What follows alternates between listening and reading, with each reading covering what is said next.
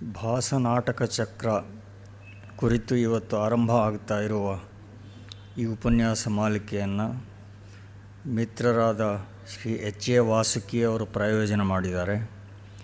ಅವರಿಗೆ ಅವರ ಪರಿವಾರಕ್ಕೆ ಸಕಲ ಶ್ರೇಯಸ್ಸು ಉಂಟಾಗಲಿ ಅಂತ ಹಾರೈಸ್ತೇನೆ.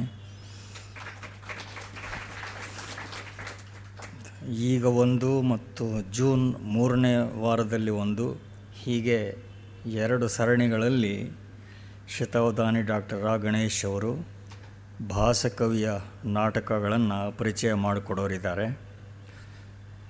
ಸಾಹಿತ್ಯ ಲೋಕದ ಶ್ರೇಷ್ಠ ಕೃತಿಗಳನ್ನು ಕುರಿತು ಚಿಂತನೆ ಮಾಡೋದಕ್ಕೆ ನಿಮಿತ್ತ ಏನೂ ಬೇಕಾಗಿಲ್ಲ. ನಮ್ಮ ಸ್ವಸಂಸ್ಕಾರಕ್ಕೋಸ್ಕರ ಆಗಿಂದಾಗ ಅವನ್ನು ಸಂದರ್ಶನ ಮಾಡ್ತಲೇ ಇರಬೇಕಾಗ್ತದೆ. ಆದರೆ ಇದೀಗ ಭಾಸನ ನಾಟಕಗಳನ್ನು ನೆನೆಯೋದಕ್ಕೆ ಒಂದು ವಿಶೇಷ ಸಂದರ್ಭವೂ ಇದೆ. ಈಗ ಲೋಕವಿಶ್ರುತವಾಗಿರುವ ಭಾಸನ ನಾಟಕಗಳು ಮೊದಲಿಗೆ ಬೆಳಕು ಕಂಡದ್ದು ಈಗ ಸರಿಯಾಗಿ 100 ವರ್ಷ ಹಿಂದೆ. 1910ರಲ್ಲಿ ಮಹಾಮಹೋಪಾಧ್ಯಾಯ ಟಿ ಗಣಪತಿ ಶಾಸ್ತ್ರಿಗಳು ಅಪೂರ್ವ ಹಸ್ತಪ್ರತಿಗಳ ಸಂಗ್ರಹಕ್ಕೋಸ್ಕರ ಸಂಚಾರ ಮಾಡ್ತಾ ಇದ್ದಾಗ ಅವರಿಗೆ 13 ಸಂಸ್ಕೃತ ನಾಟಕಗಳ ಕಟ್ಟು ದಕ್ಷಿಣ ಕೇರಳದಲ್ಲಿ ಲಬ್ಧವಾಯಿತು. ಆಳವಾದ ಪರೀಕ್ಷೆಯ ನಂತರ ಅವಷ್ಟು ಭಾಸ ಬರೆದ ನಾಟಕಗಳು ಅಂತ ಗಣಪತಿ ಶಾಸ್ತ್ರಿಗಳು ನಿರ್ಣಯ ಮಾಡಿದರು. ಅದುವರೆಗೆ ಭಾಸನ ಹೆಸರು ಕಾಳಿದಾಸ, ಬಾಣ, ರಾಜಶೇಖರ ಮೊದಲಾದವರ ಉಲ್ಲೇಖಗಳಿಂದಷ್ಟೇ ನಮಗೆ ಪರಿಚಿತವಾಗಿತ್ತು. ನಾಟಕಗಳ ರಚನಾತಂತ್ರದ ಸಾದೃಶ್ಯ, ಶೈಲಿಯ ಹೋಲಿಕೆ, ಭಾಷೆಯ ಏಕರೀತಿಯ ಸರಳತೆ, ಕೆಲವು ಅಪಾಣನೀಯ ಪ್ರಯೋಗಗಳಿಂದ ಸಾಕ್ಷ್ಯ ಪಡುವ ಪ್ರಾಚೀನತೆ, ಹೀಗೆ ನಾನಾ ಪುರಾವೆಗಳ ಆಧಾರದ ಮೇಲೆ ಈ 13 ನಾಟಕಗಳು ಭಾಸ ಬರೆದದ್ದು ಅಂತ ಗಣಪತಿ ಶಾಸ್ತ್ರಿಗಳು ನಿರ್ಧಾರ ಮಾಡಿದರು. ಆಮೇಲೆ 16 ವರ್ಷ ಕಾಲ ಅದರ ಬಗ್ಗೆ ಹಾಗೂ ಭಾಸನ ಕಾಲದ ಬಗ್ಗೆ ತೀಕ್ಷ್ಣವಾದ ವಾದ ವಿವಾದಗಳು ನಡೆದವು. ಅದಕ್ಕೆ ಕಾರಣಗಳನ್ನು ಗಣೇಶ್ ಅವರು ಬಹುಶಃ ಪ್ರಸ್ತಾವ ಮಾಡೋರಿದ್ದಾರೆ.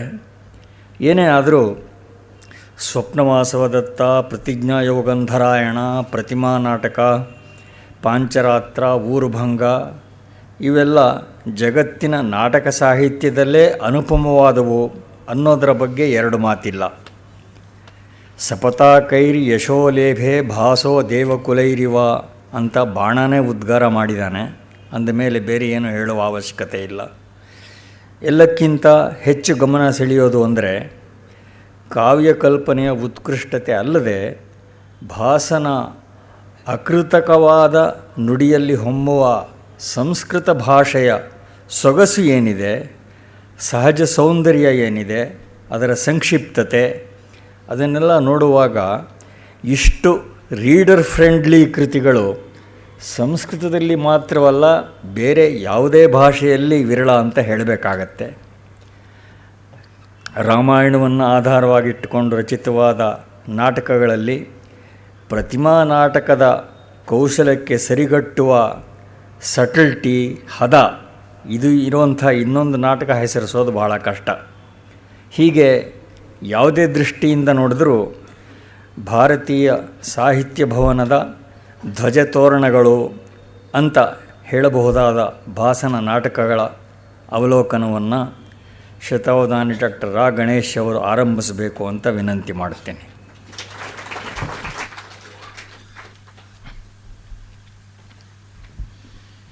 ಓಂ ತತ್ಸತ್.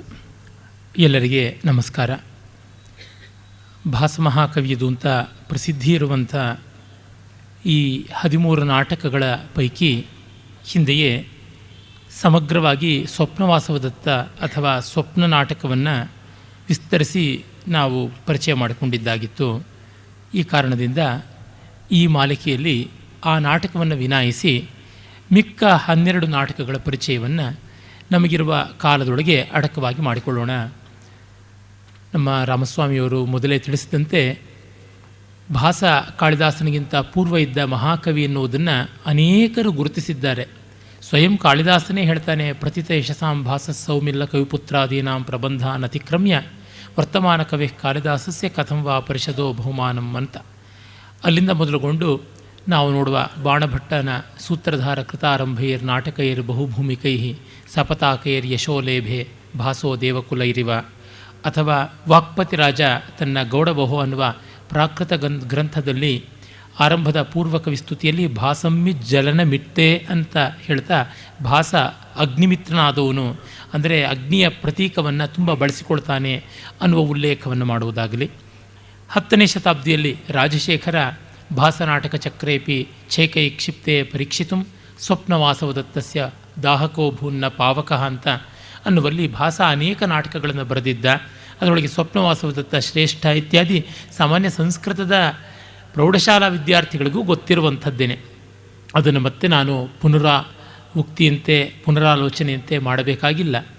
ಭಾಸಾಸ್ ಪ್ರಾಬ್ಲಮ್ ಅಂತ ಹೇಳಿ ಅದು ಅನಿವಾರ್ಯವಾದಂಥ ಪಾಠ್ಯ ಪ್ರಬಂಧಗಳ ವಿಶೇಷವಾಗಿ ಪರೀಕ್ಷೆಯಲ್ಲಿ ಆಕರ್ಷಕವಾದ ಸ್ವಲ್ಪ ಮಟ್ಟಿಗೆ ವಿಸ್ತಾರವಾಗಿ ಬರೆಯುವಂಥ ತಲೆನೋವನ್ನು ಒಡ್ಡುವ ಪ್ರಶ್ನೆ ಆಗಿರ್ತಾ ಇತ್ತು ಅನ್ನೋದು ನಮಗೆ ಜ್ಞಾಪಕ ಇರುವಂಥದ್ದೇ.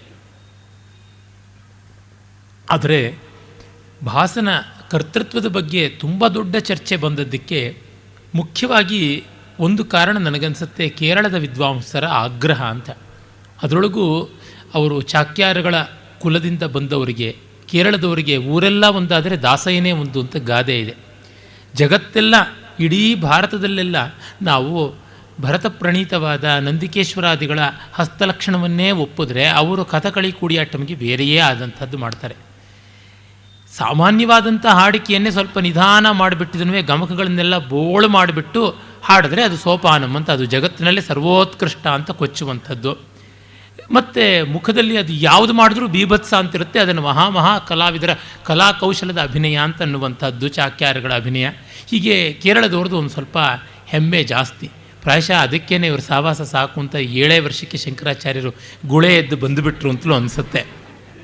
ಮತ್ತೊಮ್ಮೆ ವಿಸಿಟ್ ಮಾಡಿದಾಗಲೂ ಶಾಪ ಹಾಕಿಬಿಟ್ಟು ಬಂದರು, ಲಿಟ್ರಲಿ ಶಾಪ ಹಾಕಿಬಿಟ್ಟು ಬಂದರು. ಅಂದರೆ ಒಂದನ್ನು ಎಣೆಮೀರಿ ಬೆಳೆಸಿಕೊಂಡು ಹೋಗುವಲ್ಲಿ ಅಷ್ಟು ಸಹ್ಯವಾಗಿ ಕಾಣಿಸೋದಿಲ್ಲ. ಇದರೊಳಗೆ ಇದಮಿತ್ತಮ್ ಅಂತ ಹೇಳುವುದು ತುಂಬ ಕಷ್ಟ. ಅರೆ ಸ್ವಪ್ನವಾಸವದತ್ತವಂತೂ ನಿಸ್ಸಂದಿಗ್ಧವಾಗಿ ಭಾಸ ಬರೆದಿರುವಂಥದ್ದು. ಮತ್ತು ಯಾರೇ ಇದರೊಳಗೆ ಬರೆದಿರತಕ್ಕಂಥ ಕವಿ ಇದ್ದರೂ ಅವನ ಕಾವ್ಯ ಕೌಶಲ, ಭಾಷಾ ಪ್ರೌಢಿಮೆ ಮತ್ತು ಮಾನವ ಹೃದಯ ಜ್ಞಾನ ಇದೆಲ್ಲ ಅಸಾಧಾರಣವಾದದ್ದು, ಅತ್ಯಂತ ಮೇಲ್ಮಟ್ಟದ್ದು. ರಚನಾ ಸಂವಿಧಾನವಂತೂ ಅತ್ಯಂತ ಉತ್ಕೃಷ್ಟವಾದದ್ದು. ಕಾಳಿದಾಸಾದಿಗಳ ಜೊತೆಗೆ ಶೂದ್ರಕಾದಿಗಳ ಜೊತೆಗೆ ಸಡ್ಡು ಹೊಡೆಯುವಂಥದ್ದು ಅಂತ ಅನ್ನೋದ್ರೊಳಗೆ ಯಾವ ಒಂದು ಅಪವಾದವೂ ಬರೋದಕ್ಕೆ ಸಾಧ್ಯ ಇಲ್ಲ, ಎರಡನೇ ಅಭಿಪ್ರಾಯಕ್ಕೂ ಅವಕಾಶವಿಲ್ಲ. ಹೀಗಾಗಿ ಅದನ್ನು ಭಾಸನ ಕೃತಿ ಅಂತಲೇ ಒಪ್ಪಿಕೊಳ್ಳಬಹುದು. ಅದರ ಪ್ರಾಕೃತ ಭಾಷೆಯ ಬಗ್ಗೆ ಕೂಡ ಅಧ್ಯಯನ ಮಾಡಿ ಹೇಳ್ತಾರೆ. ಪ್ರಾಕೃತ ಪ್ರಾಚೀನವಾದದ್ದು ಅಂತ ರಾಮಸ್ವಾಮಿಯವರು ಹೇಳಿದಂತೆ ಅಪಾಣನೀಯ ಪ್ರಯೋಗ ಇತ್ಯಾದಿಗಳು ಬಂದಿರುವುದು, ಅದಲ್ಲದೆ ಸ್ಥಾಪನಾ ಮೊದಲಾದಂಥ ಬೇರೆ ಬೇರೆ ರೀತಿಯ ಒಂದು ಟರ್ಮಿನಾಲಜಿ ಬಳಸಿರೋದು. ಅದಕ್ಕೆ ರಾಮಪಿಶಾರಟಿ ಮೊದಲಾದಂಥವರೆಲ್ಲ ಆಗಲಿಂದಲೇ ಗಣಪತಿ ಶಾಸ್ತ್ರಿಗಳ ಕಾಲದಿಂದಲೇ ಉತ್ತರ ಕೊಡ್ತಾ ಬಂದರು. ಈಚೆಗೆ ನಮ್ಮ NP ಉನ್ನಿಯವರು 2 ಪುಸ್ತಕಗಳನ್ನು ಬರೆದಿದ್ದಾರೆ. ಒಂದು ಸಮ್ ನ್ಯೂ ಪರ್ಸ್ಪೆಕ್ಟಿವ್ಸ್ ಇನ್ ಭಾಷಾ ಸ್ಟಡೀಸ್ ಅಂತ, ನ್ಯೂ ಪ್ರಾಬ್ಲಮ್ಸ್ ಇನ್ ಭಾಷಾ ಪ್ಲೇಸ್ ಅಂತ. ಇದರದೇ ವಿಸ್ತೃತಾವೃತ್ತಿ ತೀರ ಈಚೆಗೆ ಮತ್ತೊಂದು ಕೂಡ ಬಂತು ಅಂತ ಗೊತ್ತಾಗುತ್ತೆ. ಒಂದರದ್ದು ವಿಸ್ತೃತಾವೃತ್ತಿ ಮತ್ತೊಂದು ಅನ್ನುವಂತೆ 3 ಕೂಡ ಒಂದು ಸೀಕ್ವೆನ್ಸ್ ಆಗಿ ಬಂದಿರುವಂಥದ್ದು. ಅಲ್ಲಿ ಅವರು ಹಸ್ತಪ್ರತಿಗಳ ಆಧಾರದಿಂದ ಎಲ್ಲ ತೋರ್ಪಡಿಸ್ತಾರೆ ಇದು ಭಾಸನದಲ್ಲ ಅಂತ. ಉದಾಹರಣೆಗೆ ಪ್ರತಿಮಾ ನಾಟಕ ಇಂದು ನಾನು ಕೈಗೊಳ್ಳಬೇಕು ಅಂತಿರುವಂಥದ್ದು, ಅದರ ಬಗ್ಗೆ ಅವರು ಹೇಳ್ತಾ ಪ್ರಾಯಶಃ ಇದರ ಲೇಖಕ ಶಕ್ತಿಭದ್ರ ಇರಬೇಕು, ಆಶ್ಚರ್ಯ ಚೂಡಾಮಣಿ ಬರೆದಂಥ ಕೇರಳದ ಮತ್ತೊಬ್ಬ ಲೇಖಕ ಶಕ್ತಿಭದ್ರ ಇರಬೇಕು ಅಂತ. ಆದರೆ ಅದಕ್ಕೆ ಆ ಗಟ್ಟಿ ಆಧಾರಗಳು ಸಿಗೋಲ್ಲ ಅಂತಲೂ ಅವರು ಹೇಳ್ತಾರೆ. ಶಕ್ತಿಭದ್ರನ ಆಶ್ಚರ್ಯ ಚೂಡಾಮಣಿಯ ಜಾಡದಲ್ಲೇ ಹೋಗಿದೆ ಅಂತಂತಾರೆ. ಆದರೆ ಆಶ್ಚರ್ಯ ಚೂಡಾಮಣಿಯ ಒಂದು ರಚನಾಕ್ರಮವನ್ನು ನೋಡಿದ್ರೆ ಮತ್ತು ಪ್ರತಿಮಾ ನಾಟಕವನ್ನು ನೋಡಿದ್ರೆ ಇಲ್ಲಿ ನಮಗೆ ಗೊತ್ತಾಗುವುದು ಆಳವಾದ ಮಾನವ ಸಂವೇದನೆ. ಶಕ್ತಿಭದ್ರನ ಆಶ್ಚರ್ಯ ಚೂಡಾಮಣಿಯಲ್ಲಿ ಮಾನವ ಸಂವೇದನೆಗೆ ಅವಕಾಶ ಇಲ್ಲದ ಆಶ್ಚರ್ಯವೇ. ಬಹಳ ತಮಾಷೆಯಾಗಿದೆ, ನಾಟಕ ಚೆನ್ನಾಗಿದೆ, ಆದರೆ ಒಂದು ವಿಶಿಷ್ಟವಾದ ಮಾಯಾ ಚೂಡಾಮಣಿ ಸೀತೆಗೂ ಮತ್ತು ಮಾಯಾ ಅಂಗುಲಿಯೇಕ ರಾಮನಿಗೂ, ಮಾಯಾ ಕವಚ ಲಕ್ಷ್ಮಣನಿಗೂ ಇತ್ತು. ಅದು ಋಷಿಗಳು ಕೊಟ್ಟಂಥದ್ದು. ಅದರ ಮೂಲಕ ರಾಕ್ಷಸ ಮಾಯೆ ಎಲ್ಲ ಬಯಲಾಗ್ತಾ ಇತ್ತು ಅಂತ. ಅದು ಆ ಅರ್ಥದಲ್ಲಿಯೇ ಬಳಕೆ ಆಗುತ್ತೆ ಇಡೀ ನಾಟಕದಲ್ಲಿಯೇ ಹೊರತುನುವೆ ಅದಕ್ಕಿಂತ ಮೇಲೆ ಏನು ಅದು ಏರುವುದೇ ಇಲ್ಲ. ಶಾಕುಂತಲ ಅಥವಾ ಮುದ್ರಾ ರಾಕ್ಷಸದಲ್ಲಿ ಮುದ್ರಿಕೆ ಮಾಡುವ ಕೆಲಸವಾಗಲಿ, ಶೂದ್ರಕನ ಮೃಚ್ಛಕಟಿಕದಲ್ಲಿ ಆ ಮಣ್ಣಿನ ಬಂಡಿ ಮಾಡುವ ಕೆಲಸವಾಗಲಿ ಇಲ್ಲಿ ಮಾಡುವುದಿಲ್ಲ. ಅದೇ ರೀತಿಯಲ್ಲಿ ಈ ಒಂದು ಪ್ರತಿಮಾ ನಾಟಕದಲ್ಲಿ ಪ್ರತಿಮಾಗ್ರಹ ಮಾಡುವಂಥ ಸ್ವಾರಸ್ಯ ತುಂಬ ಅಸಾಧಾರಣವಾದದ್ದು. ಇಲ್ಲಿ ಆ ಚಮತ್ಕಾರದ ಹಂತವನ್ನು ಮೀರಿ ಮಾನವ ಜೀವನದ ವೈಕಟ್ಯ ವೈಷದ್ಯಗಳನ್ನು ತೋರಿಸುವಂಥದ್ದಾಗುತ್ತದೆ. ಅದು ತತ್ಕ್ಷಣವೇ ತಿಳಿಯುತ್ತದೆ ಶಕ್ತಿಭದ್ರ ಅಲ್ಲ ಅಂತನ್ನುವಂಥದ್ದು. ಒಂದು ಪಕ್ಷ ಅವನು ಬರೆದಿದ್ದೇ ಆದ ಪಕ್ಷದಲ್ಲಿ ನಟಾಂಕುಶ ಅಂತ ಹೇಳಿ ಕೇರಳದ ಒಂದು ಸಂಸ್ಕೃತ ಗ್ರಂಥ ಉಂಟು. ಅದು ಯಾರು ಬರೆದದ್ದು ಅಂತ ನಮಗೆ ಗೊತ್ತಿಲ್ಲ, ಅದು ಅಜ್ಞಾತ ಕರ್ತೃಕ. ನಟಾಂಕುಶದಲ್ಲಿ ಈ ಕೇರಳದ ಚಾಕ್ಯಾರಗಳನ್ನು ನಟ ಪರಂಪರೆಯನ್ನು ಬಾಯಿಗೆ ಬಂದಂಗೆ ಬೈದು ಬೆಂಡೆತ್ತುವಂಥದ್ದು ಕಾಣಿಸುತ್ತೆ. ಅದರೊಳಗೆ ತುಂಬ ಅಂಶಗಳು ಉಪಾದೇಯವಾಗಿವೆ. ಈ ಚಾಕ್ಯಾರಗಳು ಮಾಡುವ ಅತಿವಿಸ್ತಾರವನ್ನು, ಮೂಲ ಕೃತಿಯನ್ನು ಬಾಯಿಗೆ ಬಂದಂತೆ ಕೈಗೆ ತೋಚಿದಂತೆ ತಿರುಚಿ ಎಳೆಯುವಂಥದ್ದು, ಅದನ್ನೆಲ್ಲ ತುಂಬ ಕಟುವಾಗಿ ಅವನು ಟೀಕೆ ಮಾಡ್ತಾನೆ. ಅವನು ಶಕ್ತಿಭದ್ರನ ಉಲ್ಲೇಖ ಮಾಡುವಾಗ ಎಲ್ಲಿಯೂ ಶಕ್ತಿಭದ್ರ ಇನ್ನಿತರ ರಾಮಾಯಣ ನಾಟಕಗಳು ಬರೆದ ಅಂಥೇಳಿ ಅವನು ಇದನ್ನು ವಿವರಿಸೋದಿಲ್ಲ. ಯಾಕೆಂದರೆ ಶಕ್ತಿಭದ್ರನ ಆಶ್ಚರ್ಯ ಚೂಡಾಮಣಿಯ ಪ್ರಸ್ತಾವನೆಯಲ್ಲಿಯೇ ಉನ್ಮಾದ ವಾಸವದತ್ತ ಅನ್ನುವ ಮತ್ತೊಂದು ಕೃತಿಯನ್ನು ಇವನು ಬರೆದಿದ್ದಾನೆ ಅಂತ ಬರುತ್ತೆ. ಈ ಎಲ್ಲ ಕೃತಿಗಳು ಬರೆದಿದ್ದರೆ ಬರಿತಾ ಇರಲಿಲ್ವ, ಅಲ್ಲಿ ಅವನು ಪ್ರಸ್ತಾವನೆಯಲ್ಲಿ ಬರಿತಾ ಇದ್ದ. ಆದರೆ ಅಲ್ಲಿ ಅವನೇ ಹೇಳಿಕೊಂಡಿಲ್ಲ ಕವಿ. ನಟಾಂಕುಶಕಾರ ಶಕ್ತಿಭದ್ರನಿಂದ ಎಷ್ಟೋ ಈಚಿನವನು. ಅವನಿಗಂತೂ ಶಕ್ತಿಭದ್ರ ಈ ಎಲ್ಲ ಕೃತಿಗಳು ಬರೆದಾದ ಮೇಲೆ ಪ್ರತಿಮಾ ನಾಟಕವನ್ನು, ಅಭಿಷೇಕ ನಾಟಕವನ್ನು ಬರೆದಿದ್ದೇ ಆದ ಪಕ್ಷದಲ್ಲಿ ಉಲ್ಲೇಖ ಮಾಡದೆ ಇರ್ತಾ ಇರಲಿಲ್ಲ. ಮತ್ತು ಯಾವುದೇ ಕವಿ ಕೂಡ, ಅರ್ವಾಚೀನ ಕವಿ ತನ್ನ ಗ್ರಂಥದ ಹೆಸರನ್ನು ಉಲ್ಲೇಖ ಮಾಡದೆ ಇರುವುದೇ ಇಲ್ಲ.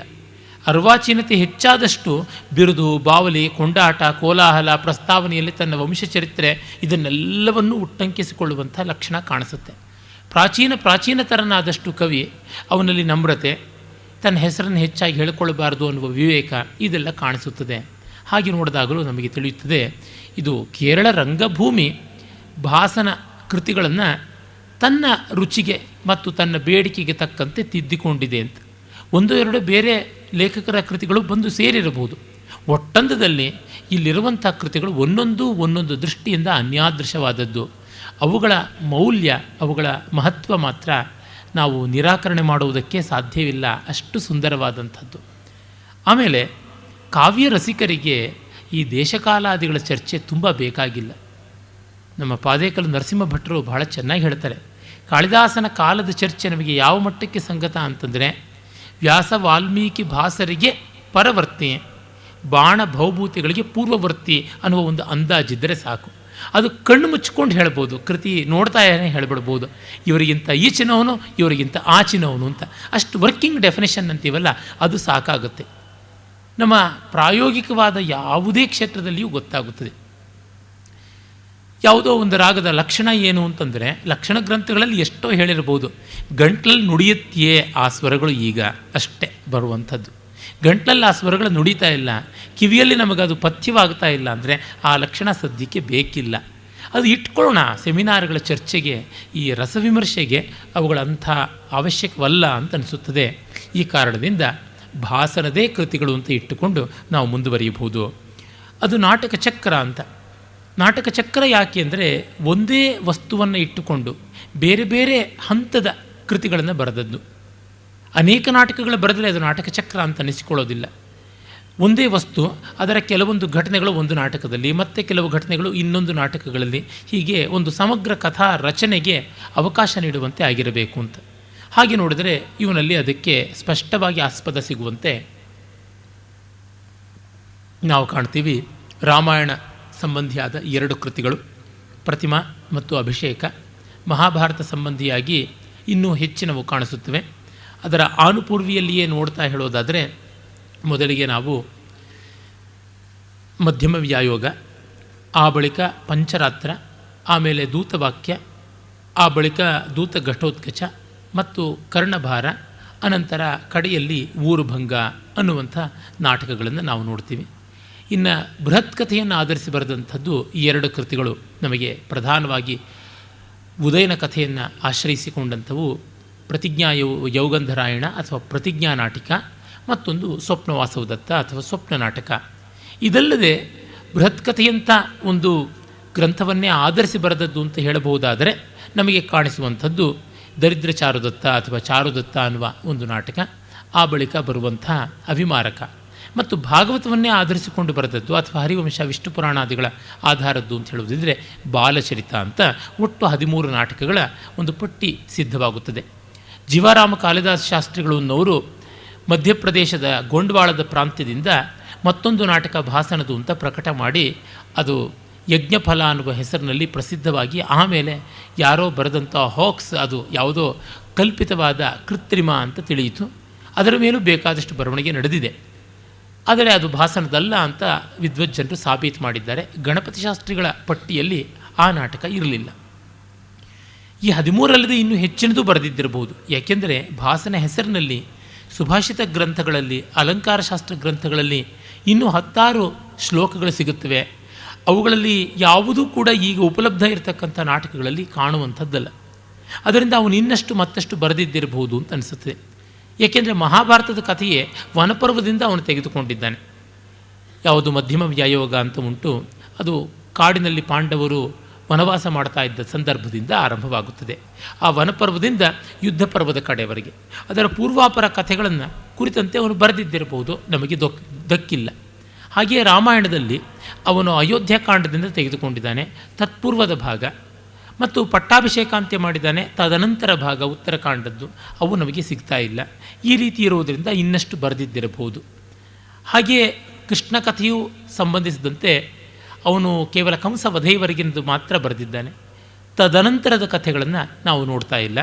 ಈ ಎಲ್ಲ ಕಾರಣದಿಂದ ಮತ್ತೂ ಬರೆದಿದ್ದಿರಬಹುದು. ಆದರೆ ಸಿಕ್ಕಷ್ಟು ಬಂಗಾರ. ಮತ್ತೊಂದು, ನಮ್ಮ ಸಂಸ್ಕೃತದ ಪ್ರಾಚೀನ ಕವಿಗಳು ಯಾರೊಬ್ಬರ ಹೆಸರಿನಲ್ಲಿಯೂ ಇಷ್ಟು ದೃಶ್ಯ ಕಾವ್ಯಗಳು ಇಲ್ಲ. ಗ್ರೀಕರು ಬರಿತಾ ಇದ್ದರು. ಸೊಫೋಕ್ಲಿಸು 120 ನಾಟಕ ಬರೆದಿದ್ದ, ಐಸ್ಕಲಸ್ಸು 90 ನಾಟಕ ಬರೆದಿದ್ದ, ಯೂರಿಪಿಡೇಸು 80 ನಾಟಕ ಬರೆದಿದ್ದ, ಅರಿಸ್ಟೋಫೇನಿಸ್ 50 ನಾಟಕ ಬರೆದಿದ್ದ. ಅಷ್ಟಿದ್ರೂ ನಮಗೆ ಇವತ್ತು ಸಿಕ್ಕಿರತಕ್ಕಂಥದ್ದು ಐಸ್ಕಲಸ್ಸು ಸೊಫೋಕ್ಲಿಸ್ ಇಬ್ಬರದು 7 ನಾಟಕಗಳು, ಯೂರಿಪಿಡಿಸ್ ಅಂತ 19 ನಾಟಕ, ಮತ್ತು ಹರ್ಷ ನಾಟಕ ಅಥವಾ ವೈನೋದಿಕಗಳನ್ನು ಕಾಮಿಡೀಸ್ನ ಬರೆದಂಥ ಅರಿಸ್ಟೋಫೇನ್ಸ್ನ 15 ನಾಟಕ, 11 ನಾಟಕ ಸಿಗುತ್ತವೆ. ಒಟ್ಟು ಎಲ್ಲ ಸೇರಿ 44 ನಾಟಕಗಳು ಅಲ್ಲಿ ಸಿಗುವಂಥದ್ದು. ಗ್ರೀಕರ ಮಹಾ ನಾಟಕ ಸಾಹಿತ್ಯ ಎಷ್ಟೆಷ್ಟೋ ಜನ ಬರೆದದ್ದು, ಕಡೆಗೆ ನಮಗೆ ಉಳಿದಿದ್ದು ಈ 4 ಮಹಾ ಲೇಖಕರದೇ 44 ರೂಪಕಗಳು. ಅದೇ ಸಂಸ್ಕೃತದ ಪ್ರಾಚೀನ ಕವಿಗಳದು ಲೆಕ್ಕ ಹಾಕಿ ನೋಡಿದರೆ ನಮಗೇನಿಲ್ಲ ಅಂದರೂ ಒಂದು 600 ನಾಟಕಗಳು ಈಗ ಉಪಲಬ್ಧಿಯಲ್ಲಿ ಇರುವಂಥದ್ದು. ಇಷ್ಟು ಅಗಾಧವಾದ ದೃಶ್ಯ ಕಾವ್ಯ ಸಾಹಿತ್ಯವೇ ಕಾಣಿಸುತ್ತದೆ. ಇರಲಿ, ನಾವೀಗ ನೇರವಾಗಿ ಭಾಸನ ಪ್ರತಿಮಾ ನಾಟಕಕ್ಕೆ ಬರಬಹುದು. ಏಕೆಂದರೆ ಕೃತಿಯ ಸ್ವಾರಸ್ಯ ಕವಿಯ ದೇಶಕಾಲಗಳಿಗಿಂತ ಮುಖ್ಯ. ಮತ್ತು ಭಾಸ ಎಲ್ಲಿದ್ದ ಏನು ನಮಗೆ ಗೊತ್ತಿಲ್ಲ. ಆತ ಅಖಿಲ ಭಾರತ ಪ್ರಜೆ. ಕಾಳಿದಾಸ, ಭಾರವಿ, ಭಾಸ, ಭೌಭೂತಿ ಮೊದಲಾದವರಂತೆ ಯಾವ ಪ್ರಾಂತದ ಮೇಲೂ ಮೋಹ ಪಕ್ಷಪಾತ ಇಲ್ಲ, ಎಲ್ಲವನ್ನೂ ಪ್ರೀತಿಯಿಂದ ಕಂಡಿದ್ದಾರೆ. ಸನಾತನ ಧರ್ಮದ ಸಮಗ್ರತೆಯನ್ನು ಅನುಭವಿಸಿದ್ದಾರೆ ಎನ್ನುವುದು ಗೊತ್ತಾಗುತ್ತದೆ. ವ್ಯಾಸ ವಾಲ್ಮೀಕಿಗಳ ಸಮರ್ಥನಾದ ಉತ್ತರಾಧಿಕಾರಿ ಅನ್ನುವಂತೆ ಕಾಣಿಸುತ್ತದೆ. ಮತ್ತು ಈ ಹೆಸರಿನಲ್ಲಿಯೇ ಒಂದು ಸ್ವಾರಸ್ಯ ಇದೆ. ಪ್ರತಿಮಾ ಅಂತಂದ್ರೋದ್ರೊಳಗೇನೆ 3ನೇ ಅಂಕದಲ್ಲಿ ಬರುವ ಪ್ರತಿಮಾ ಗ್ರಹದ ಮೇಲೆ ಈ ನಾಟಕ ಹೆಸರನ್ನು ತಾಳಿದೆ. ಕುಂತಕ ತನ್ನ ವಕ್ರೋಕ್ತಿ ಜೀವಿತದ ಕಡೆಯ ಉನ್ಮೇಷ ಅಂದರೆ 4ನೇ ಉನ್ಮೇಷದಲ್ಲಿ ಹೇಳ್ತಾನೆ, ಸುಮ್ಮನೆ ನೇರವಾಗಿ ವಿಕ್ರಮೋರ್ಷೀಯಂ ಅಂತಲೋ ಉತ್ತರ ರಾಮಚರಿತಂ ಅಂತಲೋ ನಾಟಕದ ಹೆಸರನ್ನು ಇಡೋಕ್ಕೆ ಬದಲಾಗಿ ಉಕ್ತಿ ವೈಚಿತ್ರ್ಯ ಇರುವಂತೆ, ವಕ್ರತೆ ಇರುವಂತೆ, ಹೆಸರಿನಲ್ಲಿಯೂ ಸ್ವಾರಸ್ಯ ಬರುವಂತೆ ಮಾಡಿದರೆ ಒಳ್ಳೆಯದು.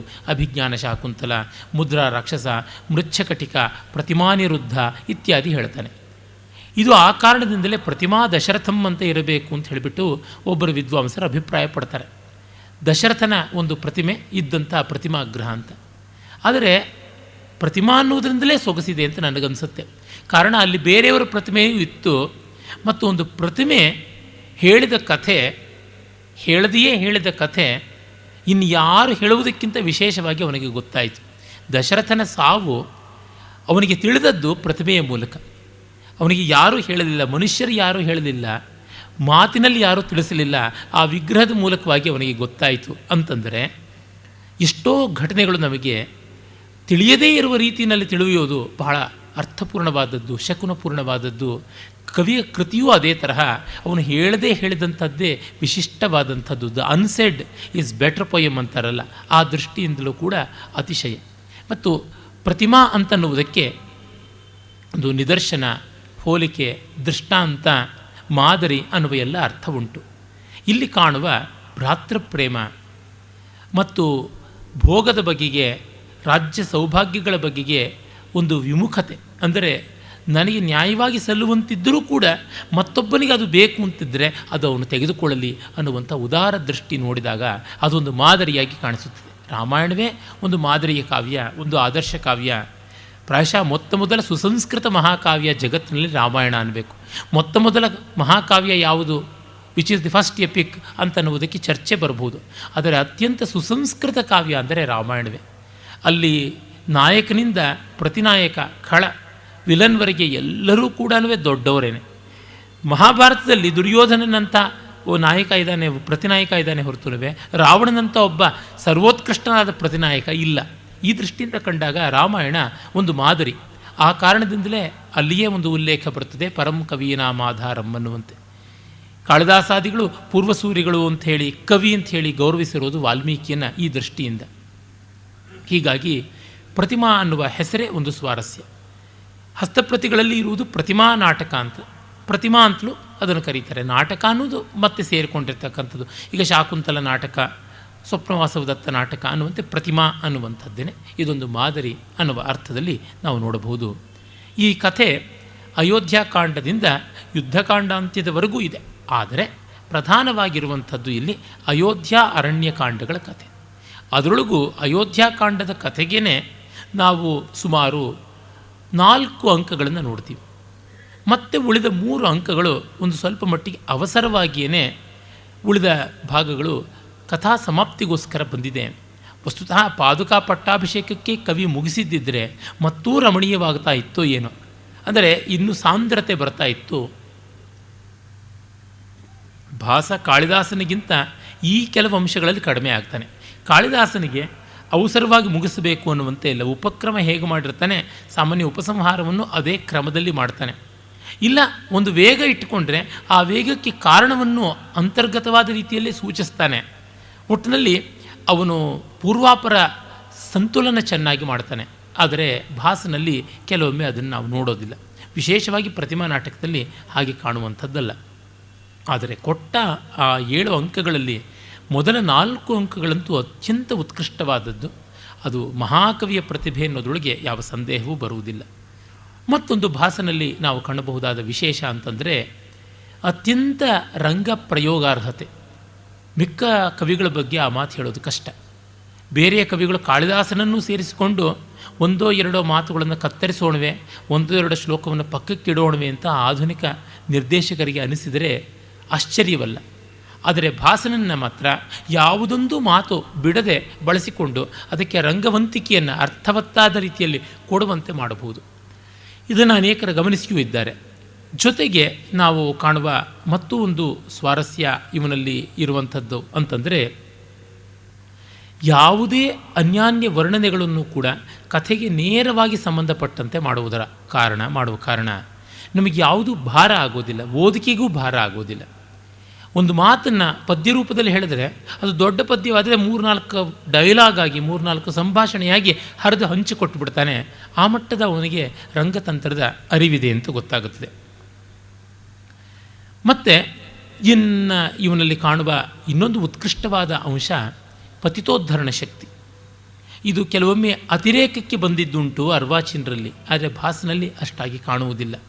ದುಷ್ಟಪಾತ್ರಗಳನ್ನು ಶಿಷ್ಟರನ್ನಾಗಿ, ಮೃದುವಾಗಿ, ಸಜ್ಜನರನ್ನಾಗಿ ಮಾಡ್ತಾನೆ. ಹಾಗೆ ಮಾಡಿದ್ರಿಂದ ಫಲ ಏನು ಬಂತು ಅನ್ನೋದು ದೊಡ್ಡ ಚರ್ಚೆ. ಆದರೆ ಅದನ್ನು ಶಿಷ್ಟಪಾತ್ರಗಳನ್ನು ಬಲಿ ಹಾಕುವ ಮೂಲಕ ಮಾಡಲ್ಲ. No refinement or reformation is at the cost of good characters.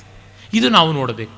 ಅದೇ ಅರ್ವಾಚೀನ ನಾಟಕಕಾರರು, ಕಾದಂಬರಿಕಾರರು, ಲೇಖಕರಲ್ಲಿ ಒಬ್ಬ ಕೆಟ್ಟ ಪಾತ್ರ ಅನ್ನುವನನ್ನು, ಕೆಟ್ಟ ವ್ಯಕ್ತಿ ಅಂತ ಆ ಕೃತಿಯಲ್ಲಿ ರೂಪಿತನಾದವನನ್ನು ಮೇಲಕ್ಕೇಳಬೇಕು, ಏಳುವಂತೆ ಮಾಡಬೇಕು, ಎಬ್ಬಿಸಬೇಕು ಅಂದರೆ ಇನ್ನು ಉತ್ತಮರನ್ನೆಲ್ಲ ಕೆಳಕ್ಕೆ ತುಳಿಯಬೇಕು ಅಂತನ್ನುವಂಥದ್ದು. ಅಶಕ್ತೋಹಂ ಗೃಹಾರಂಭೆ ಶಕ್ತೋಹಂ ಗೃಹಭಂಜನೆ ಅನ್ನುವ ದಾರಿಯಿದು.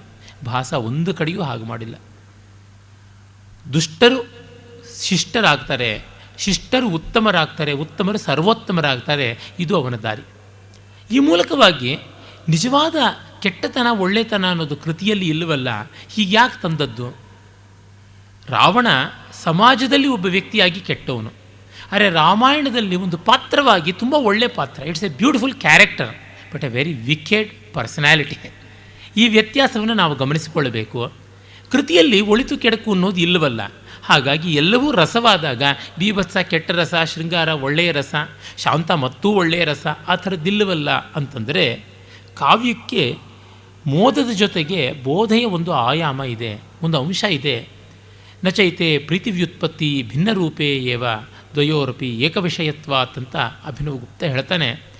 ಕಾವ್ಯ ನಮ್ಮನ್ನೆಲ್ಲ ಒಂದು ಬೇರೆ ಲೋಕಕ್ಕೆ ಕೊಂಡೊಯ್ಯಬೇಕು. ಆ ಲೋಕ ಗುಣಾಂಶದಿಂದಲೂ ಕೂಡ ಉನ್ನತವಾಗಿರಬೇಕು. ಹಿರಿಯಣ್ಣನವರು ಈ ಮಾತನ್ನು ಹೇಳ್ತಾರೆ. ಮತ್ತು ವಿಷ್ಣು ಸೀತಾರಾಮ ಸುಕ್ತನ್ಕರ್ ಅವರು ಕೂಡ ಹೇಳ್ತಾರೆ. ಹಿರಿಯಣ್ಣನವರು ಹೇಳ್ತಾರೆ, ವಸ್ತು ದೊಡ್ಡದಾಗಿ ಅಲ್ಲಿರುವ ಭಾವಾಂಶಗಳಿಗೆ ಪುಟ ಕೊಡುವಂತೆ ಮೌಲ್ಯ ಮೀಮಾಂಸೆಯು ಬಂದರೆ ಅದು ಸರ್ವಕಾಲಕ್ಕೂ ಉತ್ತಮವಾದಂಥ ಕೃತಿಯಾಗುತ್ತದೆ ಅಂತ. ಆ ದೃಷ್ಟಿಯಿಂದ ಕೆಡುಕು ಒಳಿತು ಅನ್ನೋದು ಸಾಪೇಕ್ಷವೇ ಆಹುದು ನಿಜ ಕೃತಿಯಲ್ಲಿ. ಹಾಗಿದ್ದರೂ ಕೂಡ ಕೆಡುಕಿಗೆ ನಾವು ಧೂಪ ಹಾಕುವಂಥದ್ದು ಒಳ್ಳೆಯದಲ್ಲ. ಕೃತಿಗೆ ಕೃತಿ ಒಳಗೆ ಅಲ್ಲದೆ ಕೃತಿಯಿಂದ ಆಚೆಗೂ ಒಂದು ಅರ್ಥ ಇರುತ್ತದೆ. ಯಾಕೆಂದರೆ ಶ್ರೋತೃವಿನ ಹೃದಯದಲ್ಲಿ ರಸ ಉಂಟಾಗುವಂಥದ್ದು. ಆ ಕಾರಣದಿಂದ ಅವನಿಗೂ ಒಂದು ಮಾದರಿ ಬೇಕಾಗುತ್ತದೆ. ಆ ದೃಷ್ಟಿಯಿಂದ ಕಂಡಾಗ ನಾಗಚಂದ್ರನ ಮಾತು ಬಹಳ ಸತ್ಯ. ನಾಯಕನನ್ಯನಾಗಿ ಕೃತಿಯಾಗ ದುದಾತ್ತ ಮುದಾತ್ತ ರಾಘವಂ ನಾಯಕನಾಗೆ ವಿಶ್ರುತ ಮೆನಿಕುಂ ಕಾಲಾಯಸದಿಂ ವಿನಿರ್ಮಿಸಿದ ಕಂಟಿಕೆ ಕಂಚನಮಾಲೆಯಂತುಪಾದೇಯ ಮೆನಿಕ್ಕುಮೇಂ ಅಂತ. ಡಿಸೈನು ಮತ್ತು ಕ್ರಾಫ್ಟ್ಮೆನ್ಶಿಪ್ ಅಂತಿವಲ್ಲ, ಕರಕುಶಲತೆ ಎಷ್ಟು ಚೆನ್ನಾಗಿದ್ದರೂ ಕಬ್ಬಿಣದಲ್ಲಿ ಮಾಡಿದ ಹಾರಕ್ಕಿಂತ ಅದೇ ಕ್ವಾಲಿಟಿಯಲ್ಲಿ ಮಾಡಿದ ಬಂಗಾರದ ಹಾರಕ್ಕೆ ಬೆಲೆ ಜಾಸ್ತಿ. ಇದು ತುಕ್ಕು ಹಿಡಿಯುತ್ತೆ. ಎಷ್ಟು ಸೊಗಸಾಗಿದ್ದರೂ ಅದು ತುಕ್ಕು ಹಿಡಿಯೋದಿಲ್ಲ. ಆ ಕಾರಣದಿಂದಲೇ ಅದಕ್ಕೆ ಬೆಲೆಯೂ ಹೆಚ್ಚು ಅಂತ. ಹೀಗಾಗಿ ಮಹಾವಸ್ತು ಮತ್ತು ಮಹಾಶೈಲಿ, ಮಹಾಕೃತಿ ಮತ್ತು ಮಹಾಕವಿ ಎಲ್ಲ ಸೇರಿದರೆ ಒಳ್ಳೆಯದು. ಅದನ್ನು ಯಾರೂ ಇಲ್ಲ ಅಂತ ಅನ್ನಲಾರರು.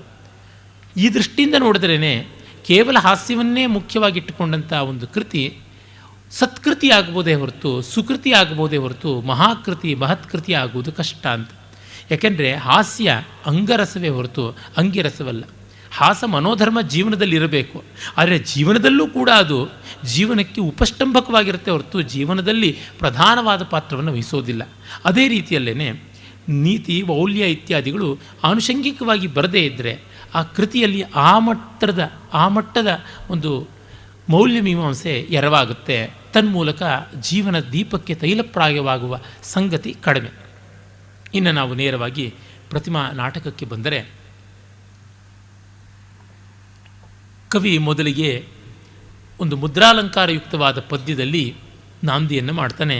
ಸೀತಾಭವ ಪಾತು ಸಮಂತ್ರ ತುಷ್ಟ ಸುಗ್ರೀವ ರಾಮ ಸಹ ಲಕ್ಷ್ಮಣಶ್ಚ ಯೋ ರಾವಣಾರ್ಯ ಪ್ರತಿಮಶ್ಚ ದೇವ್ಯ ವಿಭೀಷಣಾತ್ಮ ಭರತೋನುಸರ್ಗಂ ಅಂತ ಹೇಳುವ ಮಾತು. ಇದು ಪ್ರಾಯಶಃ ಭಾಸನದಲ್ಲ ಅಂತನ್ಸುತ್ತೆ. ಇದು ಕೇರಳದ ರಂಗಭೂಮಿಯ ಚಾಕ್ಯಾರಗಳೋ ಅವರ ಆತ್ಮೀಯರಾದ ವಿದ್ವಾಂಸರೋ ಬರೆದಿರುವಂಥದ್ದು. ಏಕೆಂದರೆ ಇಂಥ ಉತ್ತಮವಾದ ನಾಟಕಕ್ಕೆ ಅಲ್ಪರಂಜನೆಯ ಶಾಬ್ದಿಕ ಚಮತ್ಕಾರ ಮಾತ್ರ ಇರುವ ಮುದ್ರಾಲಂಕಾರದ ಪದ್ಯ ಯುಕ್ತವಾಗೋದಿಲ್ಲ. ಜೊತೆಗೆ ಈ ಮುದ್ರಾಲಂಕಾರಾದಿಗಳು ಆಮೇಲೆ ಬಂದಂಥವು. ಯಾವ ದೊಡ್ಡ ಸಂಸ್ಕೃತ ಕೃತಿಕಾರನೂ ಕೂಡ ಇದನ್ನು ತುಂಬ ವಿಶೇಷವಾದ ರೀತಿಯಲ್ಲಿ ಹಚ್ಚಿಕೊಂಡಿಲ್ಲ. ನಿಜ, ನಾವು ಕೆಲವರಲ್ಲಿ ಕಾಣ್ತೀವಿ ವಸ್ತು ಸೂಚನೆ ಇರುವಂತೆ, ಆದರೂ ಅಲ್ಲಿ ಕ್ರಾಫ್ಟ್ಸ್ಮನ್ಶಿಪ್ ಚೆನ್ನಾಗಿರುತ್ತೆ. ಇಲ್ಲಿ ಬರೀ ಹೆಸರನ್ನು ಸಮೀಕರಣ ಮಾಡೋದ್ರೊಳಗೇ ಕವಿಯ ಕೌಶಲ ಮುಗಿದಿದೆ. ಈ ರೀತಿಯಾದ ಕೇರಳದ ರಂಗ ತಜ್ಞರ ಮತ್ತು ಕಲಾವಿದರ ಕೈ ಬರಹಗಳು ಕೈವಾಡಗಳು ಸೇರಿಕೊಂಡು ಒಂದಿಷ್ಟರ ಮಟ್ಟಿಗೆ ಕೃತಿಯ ಸ್ವಾರಸ್ಯ ಮಸುಕಾಗಿರೋದುಂಟು. ಇಲ್ಲಿ ಪದ್ಯ ರೂಪದಲ್ಲಿರೋದು ಕೆಲವೊಮ್ಮೆ ಅವರು ಗದ್ಯ ರೂಪದಲ್ಲಿ ಬದಲಾವಣೆ ಮಾಡಿರ್ತಾರೆ. ಉದಾಹರಣೆಗೆ ನಾವು ಶಾರದಾತನಿನ ಭಾವಪ್ರಕಾಶನದಲ್ಲಿ ಮತ್ತು ಸಾಗರನಂದಿಯ ನಾಟಕ ಲಕ್ಷಣ ರತ್ನಕೋಶದಲ್ಲಿ ಭಾಸನ ಸ್ವಪ್ನವಾಸವದತ್ತದ ಮಾತುಗಳನ್ನು ಪದ್ಯ ರೂಪದಲ್ಲಿ ಕಂಡರೆ ಅದು ಇಲ್ಲಿ ಗದ್ಯ ರೂಪಕ್ಕೆ ಬದಲಾಗಿರುವಂಥದ್ದು ನೋಡ್ತೀವಿ. ಈ ಥರ ರಂಗತಜ್ಞರು ಲಿಬರ್ಟೀಸ್ ತೊಗೊಂಡು ಬದಲಾವಣೆ ಮಾಡ್ತಾರೆ, ಅದು ಉಂಟು. ಈಗಲೂ ಕೂಡ ನಮ್ಮಲ್ಲಿ ಮಾಡ್ತಾರೆ. ಸ್ಟೇಜ್ ಸ್ಕ್ರಿಪ್ಟ್ ಅಂತಲೇ ಬೇರೆ ಒಂದಿರುತ್ತಲ್ಲ, ಅಂಥದ್ದು ನಮಗೆ ಉಳಿದು ಬಂದಿರುವಂಥದ್ದು. ಅದಕ್ಕೆ ನಾವು ನಿರ್ವಹಣಂ ಅಂತ ಇನ್ನೂ ಒಂದು ಹಸ್ತಪ್ರತಿಗಳ ದಾಖಲೆಯಿಂದ ನೋಡ್ಬೋದು. ಈ ಭಾಸನ ಎಲ್ಲ ನಾಟಕಗಳಿಗೂ ನಿರ್ವಹಣಂ ಅಂತ ಸಂಸ್ಕೃತದಲ್ಲಿ ವಿಸ್ತಾರವಾಗಿ ಚಾಕ್ಯಾರಗಳು ಮಾಡಿಕೊಂಡಿದ್ದಾರೆ. ನಿರ್ವಹಣಂ ಅಂತಂದರೆ ಅದು ಒಂದು ರೀತಿಯಾದ ಸ್ಟೇಜ್ ಸ್ಕ್ರಿಪ್ಟು, ಇನ್ನೂ ವಿಸ್ತಾರವಾದಂಥದ್ದು. ಅವರು ಒಂದೊಂದು ನಾಟಕದ ಅಂಕಗಳನ್ನು ಹಲವು ರಾತ್ರಿಗಳು ಮಾಡ್ತಾಯಿದ್ರು. ಉದಾಹರಣೆಗೆ ಈ ಪ್ರತಿಜ್ಞಾ ನಾಟಿಕಾ ಅಂತ ಕರೆಯುವಂಥ ಒಂದು ಕೃತಿ ಯಾವುದಿದೆ ಭಾಸನದು, ಅದು 4 ಅಂಕಗಳದು. ಅದನ್ನು 1 ತಿಂಗಳು ಅಂದರೆ 30 ರಾತ್ರಿಗಳು ಮಾಡ್ತಾಯಿದ್ರಂತೆ. ಇನ್ನೆಷ್ಟು ಬೆಳೆಸಿರಬೇಡ, ಇನ್ನೆಷ್ಟು ಎಳೆದಿರಬೇಡ, ಸಾಕಷ್ಟು ಹಿಂಸೆ ಆಗುತ್ತೆ. ಆದರೆ ಆ ನಿರ್ವಾಣಂಗಳಲ್ಲಿ ಈ 10-12 ಮಂಗಳ ಶ್ಲೋಕಗಳು ಎಲ್ಲ ಬರ್ತವೆ. ಅಲ್ಲಿ ಇಂಥ ಮುದ್ರಾಲಂಕಾರಯುಕ್ತವಾದದ್ದೆಲ್ಲ ಬೇಕಾದಂತೆ ನಾವು ನೋಡ್ತೀವಿ. ಅವುಗಳ ಒಂದು ಜಾಡಿನಲ್ಲಿ ಇಲ್ಲಿ ಬಂದಿರುವಂಥದ್ದು. ಆದರೆ ಇಲ್ಲಿಯ ಚಮತ್ಕಾರ ಒಂದು ಸ್ವಲ್ಪ ಸುಮ್ಮನೆ ನೋಡಿದ್ರೆ ಸಾಕು, ಮಿಕ್ಕ ಭಾಸನ ಕೃತಿಗಳಲ್ಲಿರುವುದರ ದಿಗ್ದರ್ಶನ ಏನು ಅಂತ ಗೊತ್ತಾಗುತ್ತೆ. ಸೀತಾಭವ ಪಾತು ಸುಮಂತ್ರ ತುಷ್ಟ ಸುಗ್ರೀವ ರಾಮ ಸಹ ಲಕ್ಷ್ಮಣಶ್ಚ. ಇಲ್ಲಿ ರಾಮನಿಗೆ ಒಂದು ಪ್ರಶಂಸೆಯನ್ನು ಮಾಡುವಂಥ ಶ್ಲೋಕ. ಸುಗ್ರೀವ ರಾಮ ಅನ್ನುವಲ್ಲಿ ಸುಂದರವಾದ ಕೊರಳನ್ನು ಉಳ್ಳಂಥ ರಾಮ ಅಂತನ್ನುವುದು. ಇನ್ನು ಸೀತಾಭವ ಅಂತಂದರೆ ಸೀತೆಯಲ್ಲಿ ಹುಟ್ಟಿದವನು ಅಂತ ಅರ್ಥ ಆಗುವಂಥದ್ದಲ್ಲ, ಸೀತೆಗೆ ಸಂತೋಷ ಕೊಡ್ತಕ್ಕಂಥವನು ಅನ್ನುವ ಅರ್ಥ ಆಗುತ್ತದೆ. ಸುಮಂತ್ರ ತುಷ್ಟ, ಒಳ್ಳೆಯ ಮಂತ್ರಾಲೋಚನೆಯಿಂದ ಅಥವಾ ಒಳ್ಳೆಯ ವೇದ ಮಂತ್ರಗಳಿಂದ ಸಂತೋಷವನ್ನು ಪಡ್ತಕ್ಕಂಥವನು. ಸಹ ಲಕ್ಷ್ಮಣಶ್ಚ, ಲಕ್ಷ್ಮಣನೊಂದಿಗೆ ಕೂಡಿದವನು ಅಂತ, ಮತ್ತು ಒಳ್ಳೆಯ ಲಕ್ಷಣಗಳನ್ನು ಉಳ್ಳವನು ಅಂತಲೂ ಕೂಡ ಆಗುತ್ತೆ. ರಾವಣಾರ್ಯ ಪ್ರತಿಮಶ್ಚ ದೇವ್ಯ ವಿಭೀಷಣಾತ್ಮ ಭರತೋನು ಸರ್ಗಂ. ಭರತ ಎಲ್ಲವನ್ನ ತಾಳತಕ್ಕಂಥವನು, ವಿಭೀಷಣ ಭಯವೇ ಇಲ್ಲದೆ ಇರತಕ್ಕಂಥವನು. ರಾವಣ ಆರ್ಯ ಪ್ರತಿಮಃ, ರಾವಣ ಅಂತಂದರೆ ಶಬ್ದವನ್ನು ಉಂಟು ಮಾಡ್ತಕ್ಕಂಥವನು. ಆರ್ಯ ಪ್ರತಿಮಃ, ಆರ್ಯರಲ್ಲಿಯೇ ಒಂದು ಮಾದರಿಯಾಗಿ ನಿಲ್ತಕ್ಕಂಥವನು. ಅಂದರೆ ವೇದಾದಿಗಳನ್ನು ಉತ್ಪನ್ನ ಮಾಡಿದಂಥವನು ರಾವಣ ಅಂತ ಅನ್ನುವ ಅರ್ಥವನ್ನು ತೆಗೆದುಕೊಳ್ಬೇಕಾಗುತ್ತದೆ.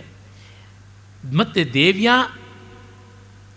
ದೇವಿಯಿಂದ ಕೂಡಿದಂಥವನಾಗಿ, ಅಂದರೆ ಲಕ್ಷ್ಮಿಯಿಂದ ಕೂಡಿದಂಥವನು, ಸೀತೆಯಿಂದ ಕೂಡಿದಂಥವನು ಅನ್ನುವ ಅರ್ಥವನ್ನು ಮಾಡಿಕೊಳ್ಳಬೇಕಾಗುತ್ತದೆ.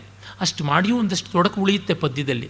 ಇಲ್ಲಿ ಸೀತಾ, ಸುಮಂತ್ರ, ಸುಗ್ರೀವ, ಲಕ್ಷ್ಮಣ, ರಾವಣ, ವಿಭೀಷಣ, ಭರತ ಅನ್ನುವ ಎಲ್ಲ ಹೆಸರುಗಳು ಬಂದಿವೆ. ಚಿಕ್ಕದಾಗಿರುವಂತಹ ಉಪಜಾತಿ ಛಂದಸ್ಸಿನಲ್ಲಿ 44 ಅಕ್ಷರದ ಪದ್ಯದಲ್ಲಿ ಇಷ್ಟೆಲ್ಲ ಮಾಡಿರುವುದೇ ಒಂದು ವಿಶೇಷ ಸಾಧನೆ ಅಂತ ಅನ್ನಬೇಕಾಗುತ್ತದೆ. ಜೊತೆಗೆ ನಾಟಕದ ಹೆಸರು ಪ್ರತಿಮಾ ಅನ್ನುವುದು ಕೂಡ ಬಂದಿದೆ ಅಂತ. ಆದರೆ ಇಲ್ಲಿಂದ ಕವಿಯ ಕೌಶಲ ನಮಗೆ ಗೊತ್ತಾಗುವಂಥದ್ದೇನಲ್ಲ. ಸೂಚ್ಯಾರ್ಥ ಸೂಚನ ಮುದ್ರಾ ಪ್ರಕೃತಾರ್ಥ ಪರೈಃಪದೈಹಿ ಎನ್ನುವುದು ಚಂದ್ರಾಲೋಕದಲ್ಲಿ ಈ ಅಲಂಕಾರಕ್ಕೆ ಕೊಡುವಂಥ ಲಕ್ಷಣ. ಪ್ರಕೃತಾರ್ಥಕ್ಕೆ, ಈ ನಾಟಕದ ಒಂದು ಮಂಗಳ ಶ್ಲೋಕಕ್ಕೆ ಅನ್ವಿತವಾಗುವ ಪದಗಳನ್ನು ಒಳಗೊಂಡಿದ್ದರೂ ಅದು ಸೂಚ್ಯಾರ್ಥ, ಪಾತ್ರಗಳ ಹೆಸರನ್ನು ಕೊಡುವಂಥದ್ದಾಗಿದೆ ಅಂತ. ಮೊದಲಿಗೆ ಚಿಕ್ಕದಾಗಿ ಪ್ರಸ್ತಾವನೆ ನೋಡ್ತೀವಿ. ಸಂಸ್ಕೃತ ನಾಟಕಗಳಲ್ಲೆಲ್ಲ ಪ್ರೊಲೋಗ್, ಪ್ರಸ್ತಾವನೆ ಉಂಟು. ಭಾಸ ತುಂಬ ಚಿಕ್ಕದಾಗಿ ಬರೀತಾನೆ, ಚುಟುಕಿನಲ್ಲಿ ಮುಗಿಸ್ಬಿಡ್ತಾನೆ. ಆದರೆ ಇದು ತುಂಬ ಚೆನ್ನಾಗಿರುವಂಥದ್ದು. ಏನಂದರೆ ಸೂತ್ರಧಾರ ಮತ್ತು ನಟಿ ಇಬ್ಬರೂ ಮಾತಾಡಿಕೊಂಡು ಬರ್ತಾರೆ. ಆಗ ಶರತ್ಕಾಲದ ಸಂದರ್ಭ, ಈ ಶರತ್ಕಾಲ ತುಂಬ ರಮಣೀಯವಾಗಿದೆ, ಇದನ್ನು ಕುರಿತು ಹಾಡು ಅಂತ ಅವನು ಹೇಳ್ತಾನೆ. ಆಗ ಇವಳು ಆಗಲಿ ಹಾಡೋಣ ಅಂತಂತಾಳೆ. ಆ ಹಾಡು ಏನು ಅನ್ನೋದನ್ನು ಕವಿ ಹೇಳಲ್ಲ. ಇದೆಲ್ಲ ಲುಪ್ತವಾಗಿದ್ದಿರಬೇಕು. ನಟಿ ಅಯ್ಯ ತಹ ಆರ್ಯ ತಥ ಅಂತ ಹೇಳ್ಬಿಟ್ಟಂದು ಗಾಯತಿ ಅಷ್ಟೇ ಹೊರತು ಆ ಹಾಡಿಲ್ಲ. ಇದೆಲ್ಲವನ್ನು ನಾಟ್ಯಶಾಸ್ತ್ರದ ಪರಂಪರೆಯಿಂದ ನೋಡಿಕೊಂಡ್ರೆ ನಮಗೆ ತಿಳಿಯುತ್ತದೆ. ಧ್ರುವಗೀತೆಗಳು ಅಂತ ಯಾವುದಿದ್ವು ಅವುಗಳಲ್ಲಿ ಹಾಡ್ತಾಯಿದ್ರು. ಅದು ಧ್ರುವಗೀತೆಗಳು ಪ್ರಾಕೃತದಲ್ಲಿ ಇರ್ತಾ ಇದ್ದಿದ್ದು. ಪ್ರಾಕೃತದ ಧ್ರುವಗೀತೆ ರೆಡಿಮೇಡ್ ಸಾಂಗ್. ಈಗ ನಾವು ಐಟಮ್ ಸಾಂಗ್ಗಳ ಥರದ್ದನ್ನು ಎಲ್ಲಿಯೂ ಯಾವಾಗ ಬೇಕಾದರೂ ಹಾಕ್ಕೊಳ್ಬೋದು, ನೋಡ್ತೀವಲ್ಲ ಸಿನಿಮಾದಲ್ಲಿ. ಐಟಮ್ ಸಾಂಗ್ಸ್ ಏನು ಡ್ಯೂಯೆಟ್ಸು ಹಾಗೆ ಆಗಿದೆ, ಎಲ್ಲಿ ಯಾವಾಗ ಬೇಕಾದ್ರೂ ಫಿಕ್ಸ್ ಮಾಡ್ಬೋದು, ಏನೂ ಕಥೆಗೆ ತೊಂದರೆ ಬರುವಂಥದ್ದಲ್ಲ. ಒಂದು ಸಿನಿಮಾ ಹಾಡನ್ನು ಇನ್ನೊಂದು ಸಿನಿಮಾಗೆ ಹಾಕ್ಕೊಂಡ್ರೂ ಏನೂ ತೊಂದರೆ ಆಗೋದಿಲ್ಲ, ಯಾವುದಕ್ಕೂ ಬೇಕಾದ್ರೂ ಹಾಕ್ಕೊಳ್ಬೋದು, ಏನೂ ತೊಂದರೆ ಆಗೋಲ್ಲ. ಅವು ಪರಬ್ರಹ್ಮ ಇದ್ದಂತೆ ಅವಿಕಾರಿ, ಅವಿನಾಶಿ, ಅವ್ಯಯ, ಅಚ್ಯುತ, ಅಕ್ಷತ, ಅಕ್ಷಯ. ಹಾಗೆ ಅಲ್ಲಿ ಶರತ್ಕಾಲದ ವರ್ಣನೆಯನ್ನು ಮಾಡ್ತಾಳೆ ನಟಿ. ಸೂತ್ರಧಾರ ಅದಕ್ಕೆ ತನ್ನ ಪ್ರತಿಸ್ಪಂದನೆ ಕೊಡ್ತಾ, ಅಸ್ಮಿನ್ ಹಿ ಕಾಲೇ ಶರತಿ ಪುಲಿನೇಶು ಹಂಸಿ ಕಾಶಾಂಶುಕ ವಾಸಿನಿ ಸುಸಂಹೃಷ್ಟ. ಆ ಒಂದು ರಮಣೀಯವಾದ ಮಳಲು ದಿನ್ನೆಗಳ ಮೇಲೆ, ನದಿಗಳ ಪಕ್ಕದಲ್ಲಿಯೇ ಇರತಕ್ಕಂಥ ತಿಳಿ ನದಿಗಳ ಪಕ್ಕದಲ್ಲಿರುವಂಥ ಮಳಲು ದಿನ್ನೆಗಳ ಮೇಲೆ ಹಂಸಿ, ಹೆಣ್ಣು ಹಂಸ ಓಡಾಡ್ತಾ ಇರ್ತದೆ. ಅಲ್ಲಿ ಕಾಶ ಅನ್ನುವಂತಹ ಒಂದು ಹುಲ್ಲು ಕೂಡ ಬೆಳೆಯುತ್ತದೆ. ಆ ಹುಲ್ಲಿನ ಜಾತಿಯ ಗಿಡಗಳ ಹೂಗಳು ಕೂಡ ಬೆಳ್ಳಗಿರುತ್ತವೆ. ಅವುಗಳ ನಡುವೆ ಹಂಸ ಒಂದು ಓಡಾಡ್ತಾ ಇರುತ್ತೆ. ಅದು ಚೆನ್ನಾಗಿರುತ್ತದೆ ಅಂತಂತಿದ್ದಂತೆಯೇ ನೇಪಥ್ಯದಲ್ಲಿ ಆರ್ಯ ಆರ್ಯ ಅಂತ ಶಬ್ದ ಕೇಳಿಸುತ್ತದೆ. ಸೂತ್ರಧಾರ ನೋಡಿ, ಗೊತ್ತಾಯಿತು, ಮುದಿತಾ ನರೇಂದ್ರ ಭವನೆ ತ್ವರಿತ ಪ್ರತಿಹಾರ ರಕ್ಷೀವ ಅಂತ ಹೇಳ್ತಾನೆ. ಈ ಶರತ್ಕಾಲದ ಮಳಲು ದಿಣ್ಣೆಗಳ ಮೇಲೆ ಕಾಶ ಅನ್ನುವ ಹುಲ್ಲಿನ ಆ ಒಂದು ಬದುಗಳ ಪಕ್ಕದಲ್ಲಿ ಓಡಾಡುವ ಆ ಒಂದು ಸುಂದರವಾದ ಹಂಸಿ ಹೇಗಿದೆ ಅಂತಂದರೆ ನರೇಂದ್ರ ಭವನದಲ್ಲಿ ಚುರುಕಾಗಿ ಓಡಾಡುವ ಪ್ರತಿಹಾರಿಯ ಹಾಗೆ ಕಾಣಿಸ್ತಾ ಇರುವಂಥದ್ದು ಅಂತ. ಆ ಮೂಲಕ ತನ್ನ ಕಾಲದಿಂದ ರಾಮಾಯಣ ಕಾಲಕ್ಕೆ ಬಂದುಬಿಟ್ಟ. ಆ ಪ್ರತಿಹಾರಿ ರಾಮ ಪಟ್ಟಾಭಿಷೇಕ ವಾರ್ತೆಯನ್ನು ಸೀತೆಗೆ ಹೇಳ್ತಾ ಇದ್ದಾಳೆ. ಅದನ್ನು ನಾವು ನೋಡ್ತೀವಿ.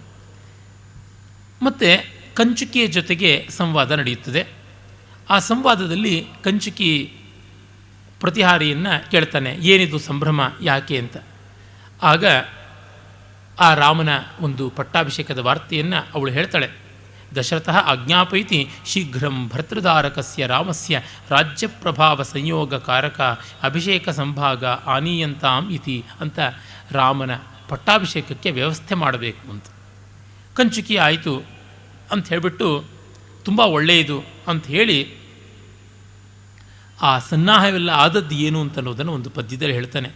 ಛತ್ರಂ ಸವ್ಯಜನಂ ಸನಂದಿ ಪಟಹಂ ಭದ್ರಾಸನಂ ಕಲ್ಪಿತಂ ನ್ಯಸ್ತಾ ಹೇಮಮಯಾ ಸದರ್ಭಕುಸುಮಾ ತೀರ್ಥಾಂಬುಪೂರ್ಣಾ ಘಟಾ ಯುಕ್ತ ಪುಣ್ಯರಥಾಶ್ಚ ಮಂತ್ರಿಸಹಿತಾ ಪೌರಾ ಸಮಭ್ಯಾಗತಾ ಸರ್ವಸ್ಯಾಸ್ಯ ಸಮಂಗಲಂ ಸ ಭಗವಾನ್ ವೇದ್ಯಾಂ ವಸಿಷ್ಠಸ್ಥಿತ ಅಂತ ಪೂರ್ತಿ ಚಿತ್ರವನ್ನು ಕೊಟ್ಬಿಡ್ತಾನೆ. ವಸಿಷ್ಠ ಇದ್ದಾನೆ, ಛತ್ರ ಚಾಮರ ಮೊದಲಾದವು ಎಲ್ಲ ಬಂದಿವೆ, ಎಲ್ಲ ಆಗಿದೆ ಅಂತ ಹೇಳಿಬಿಟ್ಟು, ಬಹಳ ಚೆನ್ನಾಗಿದೆ ಅಂತ ಹೇಳಿಬಿಟ್ಟು, ಇನ್ನೇನು ರಾಮನಿಗೆ ಪಟ್ಟಾಭಿಷೇಕ ಆಗಬೇಕು ಅಂತ ವ್ಯವಸ್ಥೆ ಆಗಿದೆ. ಇದಾನೀಂ ಭೂಮಿಪಾಲೇನ ಕೃತಕೃತ್ಯ ಕೃತ ಪ್ರಜಾ ರಾಮಾಭಿಧಾನಂ ಮೇದಿನ್ಯಾಂ ಶಶಾಂಕಂ ಅಭಿಷಿಂಚತ.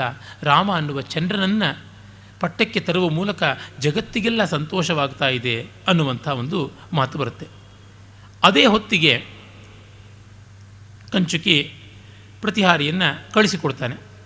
ತಾನು ಹೋಗುತ್ತಾನೆ, ಪ್ರತಿಹಾರಿ ಇತ್ತ ಬರ್ತಾಳೆ. ಬಂದು ಎಲ್ಲರಿಗೂ ಕೂಡ ಈ ಒಂದು ವಿಶೇಷವಾದ ವಾರ್ತೆಯನ್ನು ಹೇಳಬೇಕು ಅಂತ ಅಂದುಕೋತಾಳೆ. ಮತ್ತು ಆ ಪಟ್ಟಾಭಿಷೇಕಕ್ಕೆ ವಿನೋದ ವಿಹಾರ ಎಲ್ಲ ನಡೆಯಬೇಕಲ್ಲ, ಅದಕ್ಕಾಗಿ ಸಾರಸಿಕೆ ಎನ್ನುವಂಥ ಒಬ್ಬ ಸಖಿಯನ್ನು ಕರ್ಕೊಂಡು ಹೋಗ್ತಾಳೆ. ಸಂಗೀತ ಶಾಲಾಂ ಗತ್ವಾ ನಾಟಕೀಯಾನಾಂ ವಿಜ್ಞಾಪಯ ಕಾಲ ಸಂವಾದಿನ ನಾಟಕೇನ ಸಜ್ಜಾ ಭವತ ಇತಿ ಅಂತ. ನಮ್ಮಲ್ಲಿ ನೋಡಿ, ಪ್ರತಿಯೊಂದು ದೊಡ್ಡ ದೊಡ್ಡ ಸಮಾರಂಭಗಳಲ್ಲಿ ಪರ್ವಾದಿಗಳಲ್ಲಿ ರಂಗಪ್ರಯೋಗ ಇರ್ತಲೇ ಇತ್ತು. ರಾಮನ ಪಟ್ಟಾಭಿಷೇಕ ಅಂತಂದರೆ ಎಂಟರ್ಟೈನ್ಮೆಂಟ್ ಪ್ರೋಗ್ರಾಮ್ ಇರಬೇಕು. ಅದಕ್ಕಾಗಿ ನಾಟಕ ಶಾಲೆ, ಸಂಗೀತ ಶಾಲೆ ಅಂತ ಕರಿತಾಯಿದ್ರು. ಗೀತಂ ನೃತ್ಯಂ ತಥಾ ವಾದ್ಯಂ ತ್ರಯಂ ಸಂಗೀತ ಮುಚ್ಯತೆ ಎನ್ನುವುದು ಸಂಗೀತ ರತ್ನಾಕರದ ಮಾತಲ್ವ. ಹಾಗಾಗಿ ಎಲ್ಲ ಸೇರಿದಂಥ ಒಂದು ಪ್ರೊಡಕ್ಷನ್ ಮಾಡಬೇಕು. ಅದಕ್ಕೆ ಸಂಗೀತ ಶಾಲೆ ಅರಮನೆಗೆ ಅಂಟಿಕೊಂಡಂತೆ ಇರ್ತಾಯಿತ್ತು. ಆ ಸಂಗೀತ ಶಾಲೆಗೆ ಸಾರಸಿಕೆ ಹೋಗಿ ಎಲ್ಲ ನಟ ನಟಿಯರನ್ನು ಚೋದಿಸು, ಒಂದು ಒಳ್ಳೆಯ ಸಂದರ್ಭೋಚಿತವಾದ ಪ್ರಯೋಗ ಮಾಡಲಿ ಅಂತನ್ನುವಂಥದ್ದು. ಅಷ್ಟು ಹೊತ್ತಿಗೆ ಅವಧಾತಿಕೆ ಎನ್ನುವ ಒಬ್ಬಳು ಬರ್ತಾಳೆ. ಅವಳು ಒಂದು ನಾರಿನ ಮಡಿಯನ್ನು ಕದ್ದು ತಂದಿರ್ತಾಳೆ. ಅದು ನೋಡಿ ಭಾಸನ ಕೌಶಲದ ಲಕ್ಷಣ. ಒಬ್ಬ ಸಾಮಾನ್ಯ ಪರಿಚಾರಿಕೆ ನಾಟಕ ಶಾಲೆಯಿಂದ ಒಂದು ನಾರುಮಡಿಯನ್ನು ಅಪಹರಿಸಿಕೊಂಡು ಬಂದಿರ್ತಾಳೆ.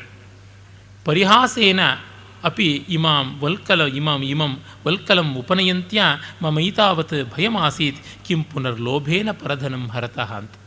ನಾನು ವಿನೋದಕ್ಕಾಗಿ ನನ್ನ ಗೆಳತಿ ಹತ್ತಿರದಿಂದ ಇದನ್ನು ಕದ್ದುಕೊಂಡು ಬಂದಿದ್ದೀನಿ. ಅವಳು ರಂಗಶಾಲೆಯಲ್ಲಿ ಯಾವುದೋ ಕಾರ್ಯಕ್ರಮಕ್ಕೆ ಬೇಕು ಅಂತ ಇಟ್ಕೊಂಡಿದ್ಲು ಅನಿಸುತ್ತೆ. ಯಾವುದೋ ಪಾತ್ರಗಳಿಗೆ ಬೇಕಾಗುತ್ತಲ್ಲ, ಕಾಸ್ಟ್ಯೂಮ್ ಸ್ಟೋರ್ ಅಂತ ಏನು ಹೇಳ್ತೀವಿ, ಅದರ ಕೀಪರ್ ಆಗಿರ್ತಾಳೆ ಅವಳ ಗೆಳತಿ. ಅದನ್ನೆಲ್ಲ ನೋಡ್ಕೊಳ್ತಕ್ಕಂಥವಳು. ಆ ನೇಪಥ್ಯ ಪ್ರಸಾಧನಗಳನ್ನು ಆಹಾರ್ಯ ವಿಭಾಗದ ಉಸ್ತುವಾರಿಯವಳು.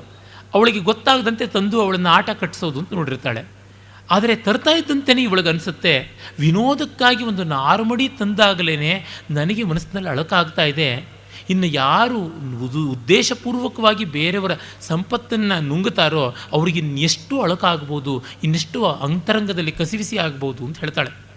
ಇದು ಇಡೀ ರಾಮಾಯಣಕ್ಕೆ ಒಂದು ದೊಡ್ಡ ಧ್ವನಿ ಸಂಕೇತವಾಗುತ್ತದೆ.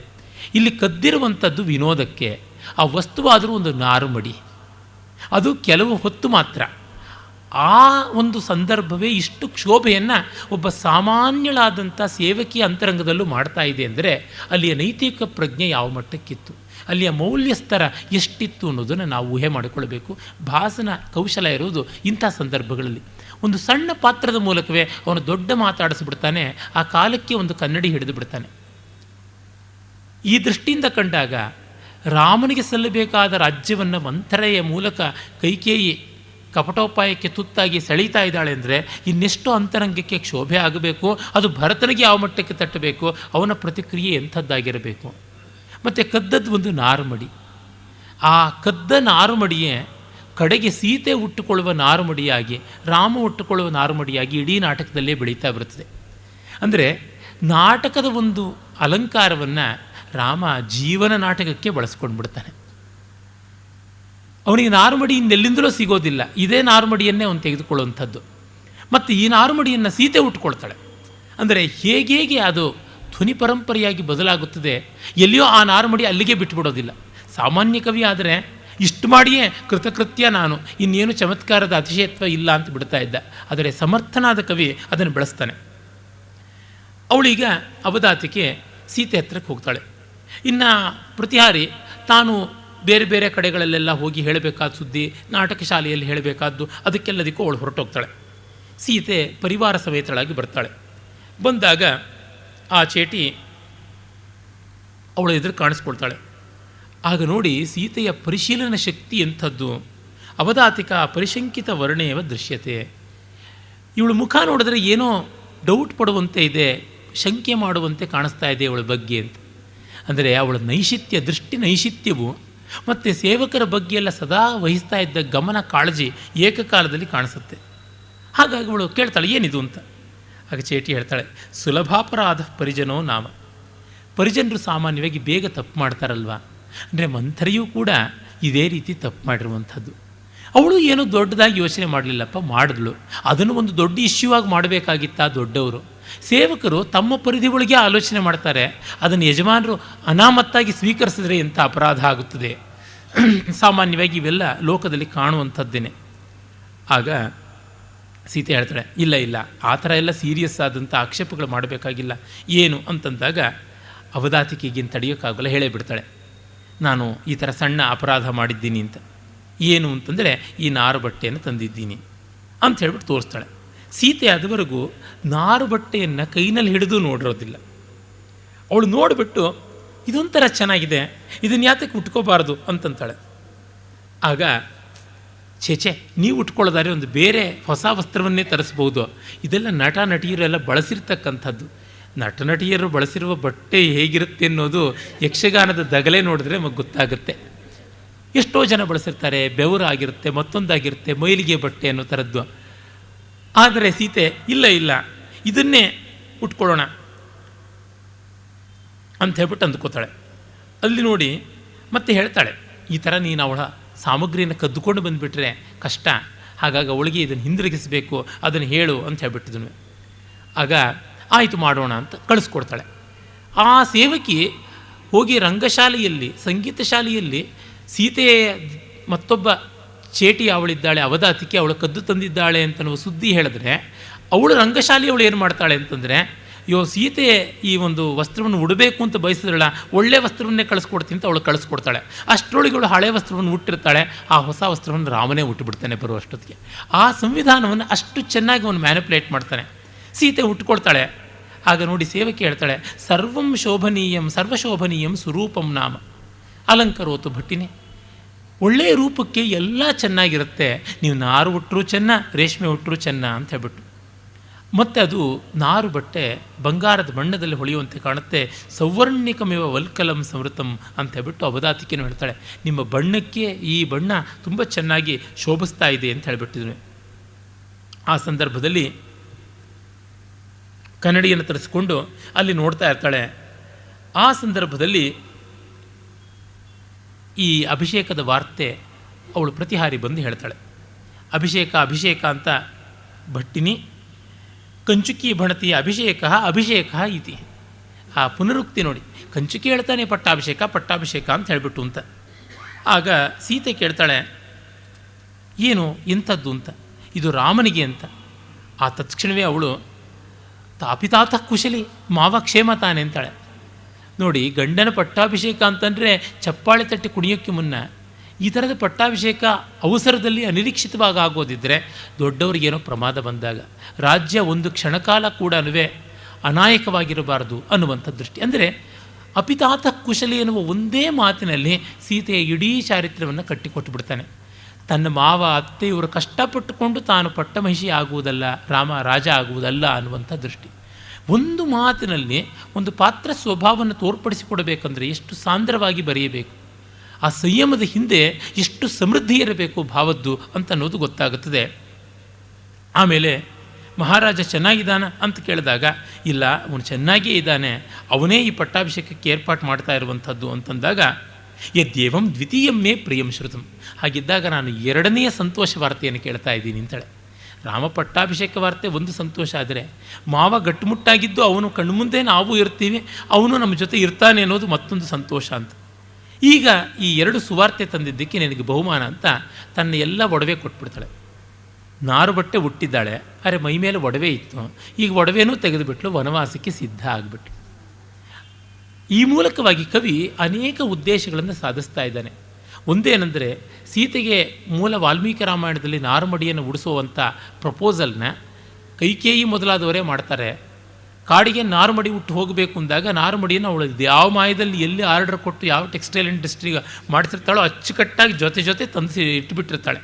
ಅದನ್ನು ಗಬಕ್ಕಂತಂದು ಕೊಟ್ಟಾಗ ಆ ನಾರು ಬಟ್ಟೆಯನ್ನು ತೆಗೆದು ನೋಡಿ ಅವಳು ಪೃಷತೀವಾಗು ರಾಮಿವ, ಹೆಣ್ಣು ಜಿಂಕೆ ಬಲೆ ನೋಡಿದಂತೆ ಬೆಚ್ಚಿದಳು.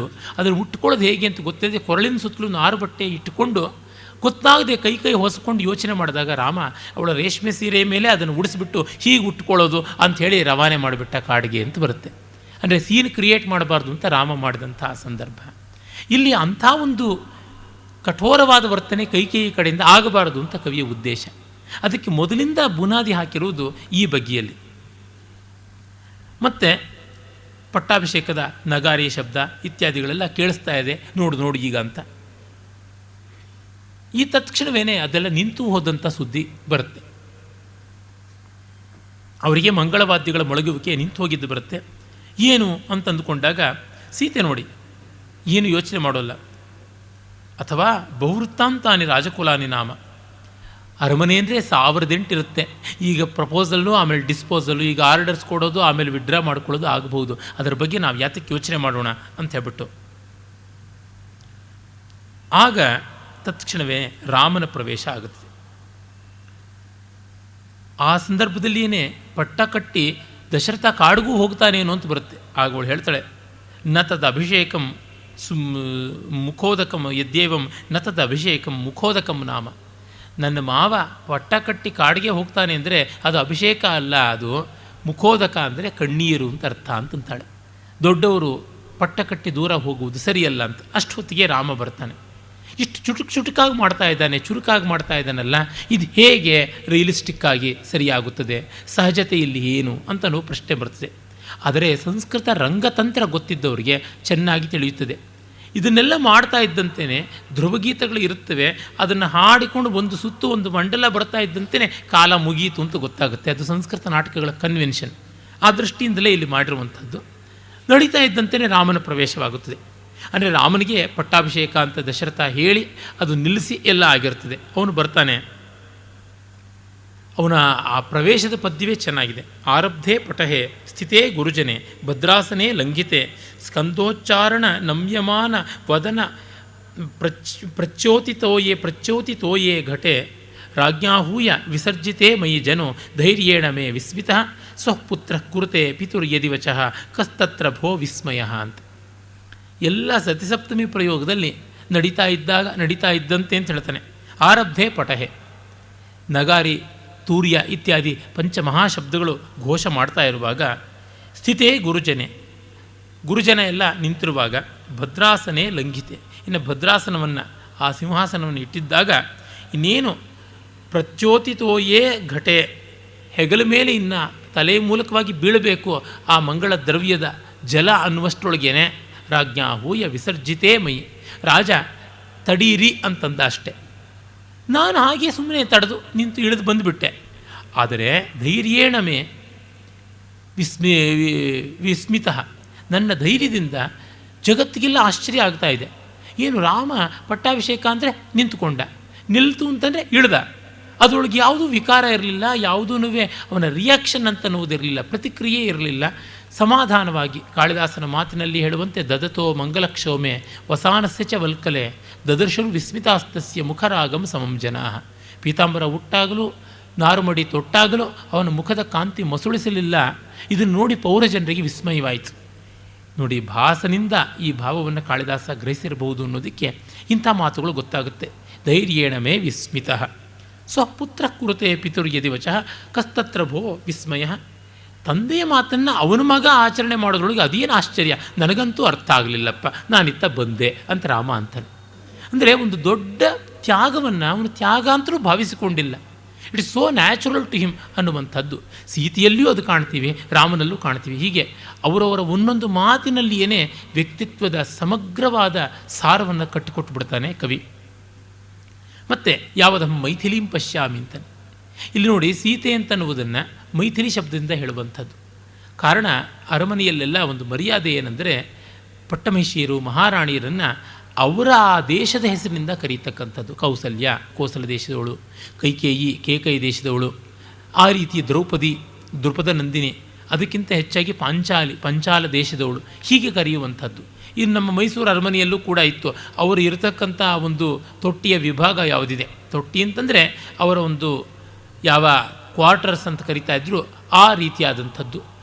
ವಾಣಿ ವಿಲಾಸ ಸನ್ನಿಧಾನ, ಲಕ್ಷ್ಮೀ ವಿಲಾಸ ಸನ್ನಿಧಾನ ಇತ್ಯಾದಿ ಅವಾಣಿ ವಿಲಾಸ ಅನ್ನುವಂಥ ವಿಭಾಗದಲ್ಲಿ ಅವರ ಅಂತಃಪುರ ಇತ್ತು. ಹಾಗೆ ಕರೆಯುವಂಥದ್ದು, ನೇರವಾಗಿ ಹೆಸರಿಂದ ಕರೆಯಬಾರದು. ಆ ರೀತಿಯಾದ ಮರ್ಯಾದೆಗಳೆಲ್ಲ ಭಾಷಾದಿಗಳಲ್ಲಿ ಮಾತ್ರವಲ್ಲ, ಎಲ್ಲ ಸಂಸ್ಕೃತ ಕವಿಗಳಲ್ಲಿ ಹಿಂದಿನವರಲ್ಲಿ ನಾವು ನೋಡ್ತೀವಿ. ಬಂದ ತಕ್ಷಣ ಸೀತೆ ಸ್ವಾಗತ ಮಾಡ್ತಾಳೆ. ಆಮೇಲೆ ರಾಮ ಕೂತ್ಕೊಳ್ತಿದ್ದಂತೆಯೇ ಅವಧಾತಿಕೆ ಬರ್ತಾಳೆ. ಬಂದು ಈ ರೀತಿ ನಾರು ಬಟ್ಟೆಯನ್ನು ನೀನು ಉಟ್ಕೋಬಾರ್ದು, ಹೊಸದು ನಾರು ಬಟ್ಟೆ ಅಂತ ತಂದಿದ್ದಾಗಿದೆ ಅಂತ. ಅದೇ ಹೊತ್ತಿನಲ್ಲಿ ರಾಮ ಹೇಳ್ತಾನೆ, ಪಟ್ಟಾಭಿಷೇಕ ನಿಂತೋಯ್ತು ಅಂತ. ಸೀತೆ ಏನು ಯೋಚನೆ ಮಾಡಬೇಕಾಗಿಲ್ಲ, ಮಾವ ನಮ್ಮ ಜೊತೆ ಇರ್ತಾನೆ, ಅದು ತುಂಬ ಸಂತೋಷ ಅಲ್ವಾ ಅಂತ. ಹಾಗಲ್ಲ, ಅದರ ಜೊತೆಗೆ ನಾವು ಕಾಡಿಗೆ ಹೋಗಬೇಕು ಅನ್ನೋದು ಒಂದಿದೆ. ಮಂಥರೆ ಬಂದು ಪಟ್ಟಾಭಿಷೇಕ ನಡೆಗೆ ಹೊತ್ತಿಗೆ ದಶರಥನ ಕಿವಿಯಲ್ಲಿ ಏನೋ ಹೇಳಿದಳು, ಅಷ್ಟರಿಂದಲೇ ನಿಲ್ಲಿಸಬೇಕು ಅಂತಂದಿದ್ದಷ್ಟೇ ನನಗೆ ಗೊತ್ತು, ಇನ್ನೇನೂ ಇಲ್ಲ. ಸುಷ್ಟು ತರ್ಕಿತಂ ಅಲ್ಪಂ ತುಲ್ಯಶೀಲಾನಿ ದ್ವಂದ್ವಾನಿ ಸೃಜ್ಯಂತೆ ತತ್ರ ಹಿ ಪಾದಯೋರಸ್ಮಿ ಪತಿತಃ. ನಾನು ನನ್ನ ತಂದೆಯ ಕಾಲಿಗೆ ಬಿದ್ದೆ, ಸಮಂ ಬಾಷ್ಪೇಣ ಪತತ ತಸ್ಯೋಪರಿ ಮಮಾಪ್ಯದಃ ಪಿತುರ್ಮೇ ಕ್ಲೇದಿತವು ಪಾದೋ ಮಮಾಪಿ ಕ್ಲೇದಿತಂ ಶಿರಃ. ತಂದೆಯ ಕಾಲಿಗೆ ಬೀಳ್ತಾ ಇದ್ದಂತೆಯೇ ತಂದೆಯ ಕಣ್ಣೀರು ನನ್ನ ತಲೆಯ ಮೇಲೂ, ನನ್ನ ಕಣ್ಣೀರು ತಂದೆಯ ಕಾಲಿನ ಮೇಲೂ ಒಟ್ಟಿಗೆ ಬಿತ್ತು ಅನ್ನುವಂಥ ಮಾತನ್ನು ಹೇಳ್ತಾನೆ. ಈ ಒಂದು ಮಾತು ಮುಂದೆ ನಾವು ಅನೇಕ ಕವಿಗಳಲ್ಲಿ, ಅನೇಕ ಕಾವ್ಯಗಳಲ್ಲಿ ನೋಡ್ತೀವಿ ಅನ್ನೋದಕ್ಕೆ ಒಂದು ಉಲ್ಲೇಖ ನೋಡಿ. ಹರಿಶೇಣ ಸಮುದ್ರಗುಪ್ತನ ಬಗೆಗೆ ತುಂಬ ಒಳ್ಳೆಯ ಒಂದು ಪ್ರಶಸ್ತಿ ಕಾವ್ಯವನ್ನೇ ಬರೆದಿದ್ದಾನೆ ಪ್ರಯಾಗದ ಶಾಸನದಲ್ಲಿ. ಆ ಪ್ರಯಾಗ ಶಾಸನದ 4ನೇ ಪದ್ಯದಲ್ಲಿ ಆರ್ಯೋ ಹೀತ್ಯುಪಗೂಹ್ಯ ಭಾವಪಿಶುನೈ ಉತ್ಕರ್ಣಿತೈ ರೋಮಭಿ ಸಭ್ಯೇಷು ಶ್ವಸಿತೇಷು ತುಲ್ಯಕುಲಜಂ ಮ್ಲಾನಾನನೋದ್ವೀಕ್ಷಿತ ಸ್ನೇಹಂ ವ್ಯಾಕುಲಿತೇನ ಬಾಷ್ಪಗುರುಣ ತತ್ವೇಕ್ಷಿಣ ಚಕ್ಷುಷಾ ಯಃ ಪಿತ್ರಾಭಿಹಿತೋ ನಿರೀಕ್ಷೆ ನಿಖಿಲಾಂ ಪಾಹ್ಯೇವ ಉರ್ವೀಮಿತಿ ಅಂತನ್ನುವಲ್ಲಿ ತಂದೆ ಮಗನಿಗೆ ಕಣ್ಣೀರನ್ನು ಅವನ ತಲೆ ಮೇಲೆ ಸುರಿಸ್ತಾ ನೀನು ರಾಜ್ಯವನ್ನು ಪಾಲಿಸು ಅಂತ ಅನುಗ್ರಹ ಮಾಡಿದ್ದು ಮೊದಲನೇ ಚಂದ್ರಗುಪ್ತ ತನ್ನ ಮಗನಾದ ಸಮುದ್ರಗುಪ್ತನಿಗೆ ಅನುಗ್ರಹ ಮಾಡಿ ರಾಜ್ಯವನ್ನು ಕೊಟ್ಟಿದ್ದು ಅನ್ನುವ ಪ್ರಸ್ತಾವ ಬರುತ್ತದೆ. ಆ ಒಂದು ಪದ್ಯಕ್ಕೂ ಈ ಒಂದು ಪದ್ಯಕ್ಕೂ ನೋಡಿದ್ರೆ ಗೊತ್ತಾಗುತ್ತೆ ಭಾಸನಿಂದ ಹೇಗೆ ಅವನು ಪ್ರಭಾವಿತರಾಗಿದ್ದಾನೆ ಅಂತ. ಅದೇ ರೀತಿಯಾಗಿ ನಮ್ಮ ಪಂಪ ಕೂಡ ಈ ಒಂದು ಭಾವವನ್ನು ಅನಾಮತ್ತಾಗಿ ತೆಗೆದುಕೊಂಡಿರುವುದು ಆದಿಪುರಾಣದಲ್ಲಿ ಕಾಣಿಸುತ್ತೆ. ನಿಜಪಾದಾಂಬುರುಹಕ್ಕೆ ಪಾದ್ಯ ವಿಧಿಯಂ ನೇತ್ರಾಂಬವ್ಯಂ ಮಾಡುವಗ್ರಜನತ್ಯುನ್ನತಮಪ್ಪ ಮಸ್ತಕದ ಮೇ ಗೋರಂತೆ ಪಾಯ್ವಾತ್ಮ ಬಾಷ್ಪ ಜಲೋಘಗಳಿಂದ ನಂದು ಬಾಹುಬಲಿ ತನ್ನಿಂದಂ ನಿಧೀಶಂಗೆ ವಂಶಜ ರಾಜ್ಯಾಭಿಷವೋತ್ಸವಂ ನೆಗಳದುದೆಂ ಭಾಷಂಕೆಯಂ ಮಾಡಿದಂ ಅಂತ ಲಿಟ್ರಲ್ ಟ್ರಾನ್ಸ್ಲೇಷನ್. ಪಂಪನಂಥ ಕವಿ ಮಹಾಕವಿಗಳನ್ನು ಅನುಕರಣೆ ಮಾಡ್ತಾನೆ, ಅಲ್ಪ ಸ್ವಲ್ಪ ಕವಿಗಳನ್ನು ಅನುಕರಣೆ ಮಾಡೋಲ್ಲ. ಕಾಳಿದಾಸ, ಭಾರವಿ, ಬಾಣ, ಭಾಸ, ವೇಣಿ ಸಂಹಾರ ಕರ್ತೃವಾದ ಭಟ್ಟನಾರಾಯಣ, ಅಮರುಕ ಇತ್ಯಾದಿಗಳ ಅನೇಕರ ಅನುಕರಣವನ್ನು ಮಾಡ್ತಾನೆ, ಅವರ ಪದ್ಯಗಳನ್ನು ಸ್ವೀಕರಿಸಿದ್ದಾನೆ. ಇದನ್ನು ಹೀಗೆಲ್ಲ ಬೇರೆ ಬೇರೆ ನೋವೈಸ್ ಕವಿಯಿಂದ ಪಂಪ ಸ್ವೀಕರಿಸುವಷ್ಟು ಬಡ ಕೃಪಣ ಅಲ್ಲ ಅವನು, ಬಡತನ ಇಲ್ಲ ಅವನಿಗೆ. ಇವೆಲ್ಲ ನಮಗೆ ಆಧಾರವಾಗಿ ಗೊತ್ತಾಗುತ್ತೆ ಇದು ಭಾಸ ನಿರ್ಮಿತವಾದದ್ದು ಅಂತ. ನಿಜಪಾದಾಂಬುರುಹಕ್ಕೆ ಪಾದ್ಯವಿಧಿಯಂ ನೇತ್ರಾಂಬವ್ಯಂ ಮಾಡುವ ಅಗ್ರಜನ. ಇವನು ಬಾಹುಬಲಿ ತಪಸ್ಸು ಮಾಡ್ತಾ ಇದ್ದರೆ ಅವನ ಕಾಲಿಗೆ ಭರತ ಬಂದು ಕಣ್ಣೀರು ಸುರಿಸಿ ಬೀಳ್ತಾನೆ. ಅವನ ಮಸ್ತಕದ ಮೇಗೋರಂತೆ ಪಾಯ್ವಾತ್ಮ ಬಾಷ್ಪ ಜಲೌಘಗಳಿಂದಂದು. ಇದು ತಪಸ್ಸಿಗಿಂತ ಮುಂಚೆ ಯುದ್ಧಾದ ತಕ್ಷಣ ಬರುವಂಥದ್ದು. ಅವನ ತಲೆಯ ಮೇಲೆ ಅಣ್ಣ ಕಾಲಿಗೆ ಬಿದ್ದನಲ್ಲ. ನೆಲಸುಗೆ ನಿನ್ನ ವಕ್ಷದೊಳ ನಿಶ್ಚಳಮಿ ಭಟಖಡ್ಗ ಮಂಡಲೋತ್ಪಲವನ ವಿಭ್ರಮ ಭ್ರಮರಿಯಪ್ಪ ಮನೋಹರಿ ರಾಜ್ಯಲಕ್ಷ್ಮಿ ಅಂತೆಲ್ಲ ಹೇಳ್ತಾನಲ್ಲ. ಆ ಸಂದರ್ಭದಲ್ಲಿ ಅಣ್ಣನ ತಲೆಯ ಮೇಲೆ ಇವನ ಕಣ್ಣೀರು ಬಿದ್ದದ್ದು ಅವನಿಗೆ ತನ್ನ ರಾಜ್ಯವನ್ನೂ ಸೇರಿಸಿ ರಾಜ್ಯದ ಹೊಸ ಅಭಿಷೇಕ ಮಾಡುವಂತೆ ಇತ್ತು ಅಂತ. ಹೀಗೆ ಬಹಳ ಸೊಗಸಾಗಿರುವಂಥ ಒಂದು ಚಿಕ್ಕ ಪದ್ಯದಲ್ಲಿ, ಅನುಷ್ಠುಪ್ ಛಂದಸ್ಸಿನ ಪದ್ಯದಲ್ಲಿ ಒಂದು ಒಳ್ಳೆಯ ಚಿತ್ರವನ್ನೇ ಭಾಸ ಕೊಟ್ಟುಬಿಡ್ತಾನೆ. ಆಮೇಲೆ ನಾವಿನ್ನು ಕಾಡಿಗೆ ಹೊರಡಬೇಕು ಅಂತ ಅವನು ಅಂದ್ಕೊಳ್ತಾ ಇರ್ತಾನೆ. ಇವಳಿಗೆ ಸಂತೋಷ ಏನೆಂದರೆ ಮಾವ ಕಾಡಿಗೆ ಹೋಗಬೇಕಾಗಿಲ್ಲ, ಆತ ನೆಮ್ಮದಿಯಾಗಿರ್ತಾನೆ ಅನ್ನುವಂಥದ್ದೊಂದು ಸಂತೋಷ. ಆಮೇಲೆ ಕೇಳ್ತಾನೆ, ಇದೇನಿದು ನಾರು ಬಟ್ಟೆ ಅಂತ ಹೇಳ್ಬಿಟ್ಟಿದ್ನು. ಆಗ ಅವಳು ಹೇಳ್ತಾಳೆ, ಈ ರೀತಿ ವಿನೋದವಾದದ್ದು, ಈ ಥರ ಮಾಡಿದ್ರಿಂದ ಅಷ್ಟೇನೆ ಅಂತ ಹೇಳಿಬಿಟ್ಟು. ಆಗ ಆ ಅವಧಾತಿಗೆ ತಂದಂಥ ನಾರು ಬಟ್ಟೆಯನ್ನು ತಾನೂ ತೆಗೆದುಕೊಂಡು ನಾವು ಉಟ್ಕೊಳ್ಳೋಣ, ಇನ್ನು ನಾವು ಕಾಡಿಗೆ ಹೊರಡಬೇಕಾಗಿದೆ ಅನ್ನುವಂಥ ದೃಷ್ಟಿಯಿಂದ ಆ ನಾರು ಬಟ್ಟೆಯನ್ನು ಉಟ್ಕೊಂಡೇ ಬಿಡ್ತಾನೆ. ಅದೇ ಹೊತ್ತಿಗೆ ಕಂಚುಕಿ ಬಂದು ಹೇಳ್ತಾನೆ, ತುಂಬ ಕಷ್ಟವಾಗಿದೆ ಅಂತ. ಏನು ಅಂತಂದರೆ ಲಕ್ಷ್ಮಣ ಕೋಪಾವಿಷ್ಟನಾಗಿದ್ದಾನೆ, ಇನ್ನು ಎಲ್ಲರೂ ಕೂಡ ಏನಾಗುತ್ತಾರೋ ಗೊತ್ತಿಲ್ಲ, ಲಕ್ಷ್ಮಣನ ಕ್ರೋಧಾಂಧ ದೃಷ್ಟಿ ಯಾರನ್ನು ಏನು ಮಾಡುತ್ತೋ ತಿಳಿಯೋದಿಲ್ಲ ಅಂತ. ರಾಮ ಅವನಿಗೆ ನಾನು ಸಮಾಧಾನ ಮಾಡ್ತೀನಿ ಅಂತ ಹೇಳಿಬಿಟ್ಟಿದನು. ನೇರವಾಗಿ ತಾನು ಲಕ್ಷ್ಮಣನ ಸ್ವಾಗತಿಸ್ತಾನೆ. ಲಕ್ಷ್ಮಣ ಬರ್ತಾನೆ. ಅವನ ಪ್ರವೇಶವೇ ತುಂಬ ಜೋರಾಗಿರುವ ಪದ್ಯದಿಂದ ಆರಂಭವಾಗುತ್ತದೆ. ಬಿಲ್ಲು ಬಾಣ ಕತ್ತಿ ಎಲ್ಲ ಹಿಡ್ಕೊಂಡು ಬರ್ತಾನೆ. ಯದಿನ ಸಹಸೇ ರಾಜ್ಞೋ ಮೋಹಂ ಧನುಸ್ಪೃಶ ಮಾ ದಯಾಂ ಸ್ವಜನ ನಿಭೃತಃ ಸರ್ವೋಪ್ಯೇವಂ ಮೃದು ಪರಿಭೂಯತೆ ಅಥನ ರುಚಿತಂ ಮುಂಚತ್ವಮ್ಮಾಂ ಅಹಂ ಕೃತನಿಶ್ಚಯ ಯುವತಿರಹಿತಂ ಲೋಕಂ ಕರ್ತುಂ ಯತಶ್ಚಲಿತಾ ವಯಂ. ನಿನಗೆ ಇದು ಇಷ್ಟ ಆಗೋದಿಲ್ವಾ, ರಾಜ ಆಗುವಂಥದ್ದು? ನಾನು ಮಾಡ್ತೀನಿ ನಿನ್ನ. ತಂದೆ ಏನು ಮಾಡುವಂಥದ್ದು? ಯದಿನ ಸಹಸೆ ರಾಜ್ಞೋ ಮೋಹಂ. ತಂದೆಯಾದಂಥ ದಶರಥನ ಈ ಅವಿವೇಕವನ್ನು ನಿನಗೆ ಒಪ್ಕೊಳ್ಳೋದಾದರೆ ನನ್ನ ಕೈನಲ್ಲಿ ಆಗೋದಿಲ್ಲ.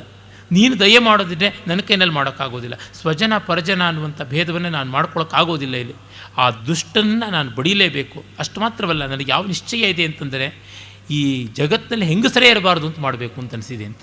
ಮಂಥರೆ ಮತ್ತು ಕೈಕೇಯಿ ಇಬ್ಬರೂ ಮಾಡಿರ್ತಕ್ಕಂಥದ್ದು ಅಂಥ ಅನಾಹುತ ಅಂತ. ಯುವತಿಯರಲ್ಲಿ ಅವನ ತಾಯಿ ಇದ್ದಾಳೆ, ಹೆಂಡತಿ ಇದ್ದಾಳೆ, ಸೀತೆ ಇದ್ದಾಳೆ, ಅದೆಲ್ಲ ಮರೆತೇ ಬಿಟ್ಟಿದ್ದಾನೆ. ರಾಮ ಕಂಚುಕಿಯನಿಗೆ ಹೇಳ್ತಾ ಇದ್ದಾನೆ, ನಾನು ಧೈರ್ಯವಾಗಿ ಕಾಡಿಗೆ ಹೋಗ್ತೀನಿ, ಏನು ಯೋಚನೆ ಮಾಡಬೇಕಾಗಿಲ್ಲ. ಭ್ರಾತರ ಅಂತಂದರೆ ಸೋದರರು ಯಾರಿದ್ದಾರೆ ಅವರಿಗೆ ನೆಮ್ಮದಿ ಬೇಕು.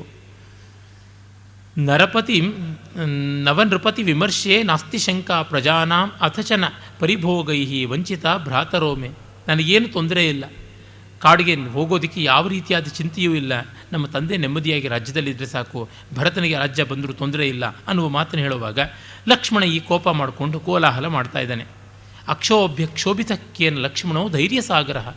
ಅಕ್ಷೋಭ್ಯನಾದ ಲಕ್ಷ್ಮಣ ಕ್ಷುಬ್ಧನಾಗಿದ್ದಾನೆ, ಧೈರ್ಯ ಸಾಗರ. ಇದು ಯಾತಕ್ಕೆ ಹೀಗಾಗಿದೆ ಅಂತ ಅವನು ಆಶ್ಚರ್ಯಪಡ್ತಾ ಇದ್ದಾನೆ. ಲಕ್ಷ್ಮಣ ಹೇಳ್ತಾ ಇದ್ದಾನೆ, ಆರ್ಯಪುತ್ರ ರೋದಿತವ್ಯೇ ಕಾಲೇ ಸೌಮಿತ್ರಿಣ ಧನುರ್ಗೃಹೀತಂ. ಅಳಬೇಕಾದ ಕಾಲದಲ್ಲಿ ಇವನು ಬಿಲ್ಲೆತ್ತುಕೊಂಡಲ್ಲ ಅಂತ ಸೀತೆ ಬೇರೆ ಚಿಂತೆ ಮಾಡ್ತಾ ಇದ್ದಾಳೆ. ಲಕ್ಷ್ಮಣ ಕೇಳ್ತಾನೆ, ಇದೇನಿದು? ಯಾತಕ್ಕೆ? ಲಕ್ಷ್ಮಣನ ರಾಮ ಕೇಳ್ತಾನೆ, ಇದೇನಿದು ಹೀಗೆ ಮಾಡ್ತಾ ಇದೆಯಲ್ಲ ಅಂತ. ಕ್ರಮಪ್ರಾಪ್ತೆ ಹೃದಯ ರಾಜ್ಯೆ ಭವಿಷ್ಯೋಚ್ಚಾಸನೆ ನೃಪೆ ಇದಾನೀಮಪಿ ಸಂದೇಹ ಕಿಂ ಕ್ಷಮ ನಿರ್ಮನಸ್ವಿತ. ಅಲ್ಲ, ಇದು ನಿನಗೆ ಕ್ರಮಪ್ರಾಪ್ತವಾಗಿ ಬರಬೇಕಾದ ರಾಜ್ಯ. ನೋಡಿದ್ರೆ ತಂದೆ ಶೋಚನೀಯವಾದ ಪರಿಸ್ಥಿತಿಯನ್ನು ತಂದುಕೊಂಡು ಬಿಟ್ಟಿದ್ದಾನೆ. ಈಗಲೂ ಕ್ಷಮ ಅಂತಂದರೆ ಏನರ್ಥ? ನಿನಗೆ ಧೈರ್ಯ ಇಲ್ವಾ? ನಿನಗೆ ಮನಸ್ಸಿನಲ್ಲಿ ನಿಶ್ಚಯ ಅನ್ನೋದಿಲ್ವಾ ಅಂತ ಹೇಳ್ಬಿಟ್ಟಿದ್ದಾನೆ. ಆಗ ರಾಮ ಹೇಳ್ತಾನೆ, ಇದೆಂಥದ್ದು? ಇಲ್ಲೆಲ್ಲ ಸಂದರ್ಭದಲ್ಲಿ ನೋಡಿ, ಸುಮಿತ್ರಾ ಮಾತಃ, ಕೈಕೇಯಿ ಮಾತಃ, ಕೌಸಲ್ಯ ಮಾತಃ, ಈ ರೀತಿಯಾದ ಸಂಬೋಧನೆಗಳು. ಅಂದರೆ ಕೈಕೇಯಿ ಯಾರಿಗೆ ತಾಯಿಯೋ ಅಂಥವನು ನೀನು ಅಂದರೆ ಕೈಕೇಯಿ ಮಾತಃ, ಸುಮಿತ್ರೆ ಯಾರ ತಾಯಿಯೋ ಅಂಥವನು ನೀನು ಅಂದರೆ ಸುಮಿತ್ರಾ ಮಾತಃ, ಈ ರೀತಿಯಾದ ಶಬ್ದಗಳು. ಇದು ಭಾಸನದೇ ಒಂದು ವಿಶಿಷ್ಟತೆ ಅಂತ ಹೇಳ್ಬಿಟ್ಟು ಅಂತಾರೆ. ಭರತೋ ವಾ ಭವೇದ್ ರಾಜ ವಯಂ ವಾ ನನು ತತ್ಸಮಂ ಯದಿತೇಸ್ತಿ ಧನುಶ್ಲಾಘ ಸ ರಾಜ ಪರಿಪಾಲ್ಯತ. ಭರತ ರಾಜ ಆದ್ರೇನು, ನಾನು ರಾಜ ಆದ್ರೇನು, ಯಾವುದಾದ್ರೂ ಏನು, ನಮಗೆಲ್ಲ ಒಂದೇ ಅಲ್ವಾ ಅಂತ. ಇಲ್ಲ, ನನಗಂತೂ ಆಗೋದಿಲ್ಲ ಅಂತ ಹೇಳ್ಬಿಟ್ಟು ಅಂತಾನೆ. 3 ಲೋಕವನ್ನು ನಾನು ಸುಟ್ಟು ಬಿಡ್ತೀನಿ ಅಂತಂತಾನೆ. ಆಗ ಅವನು ರಾಮ ಹೇಳ್ತಾನೆ ನೋಡಿ, ತಾತೇ ಧನುರ್ನಮಯಿ ಸತ್ಯಂ ಅವೇಕ್ಷಮಾಣೆ ಮುಂಚಾನಿ ಮಾತರಿಶರಂ ಸ್ವಧನಂ ಹರಂತ್ಯಾಂ ದೋಷೇಶು ಬಾಹ್ಯಮನುಜಂ ಭರತಂ ಹನಾನಿ ಕಿಂ ರೋಷಣಾಯ ರುಚಿರಂ ತ್ರಿಷು ಪಾತಕೇಶು. ಈಗ ಆಗಿರುವ ಸಂದರ್ಭ ಅನಾಹುತ.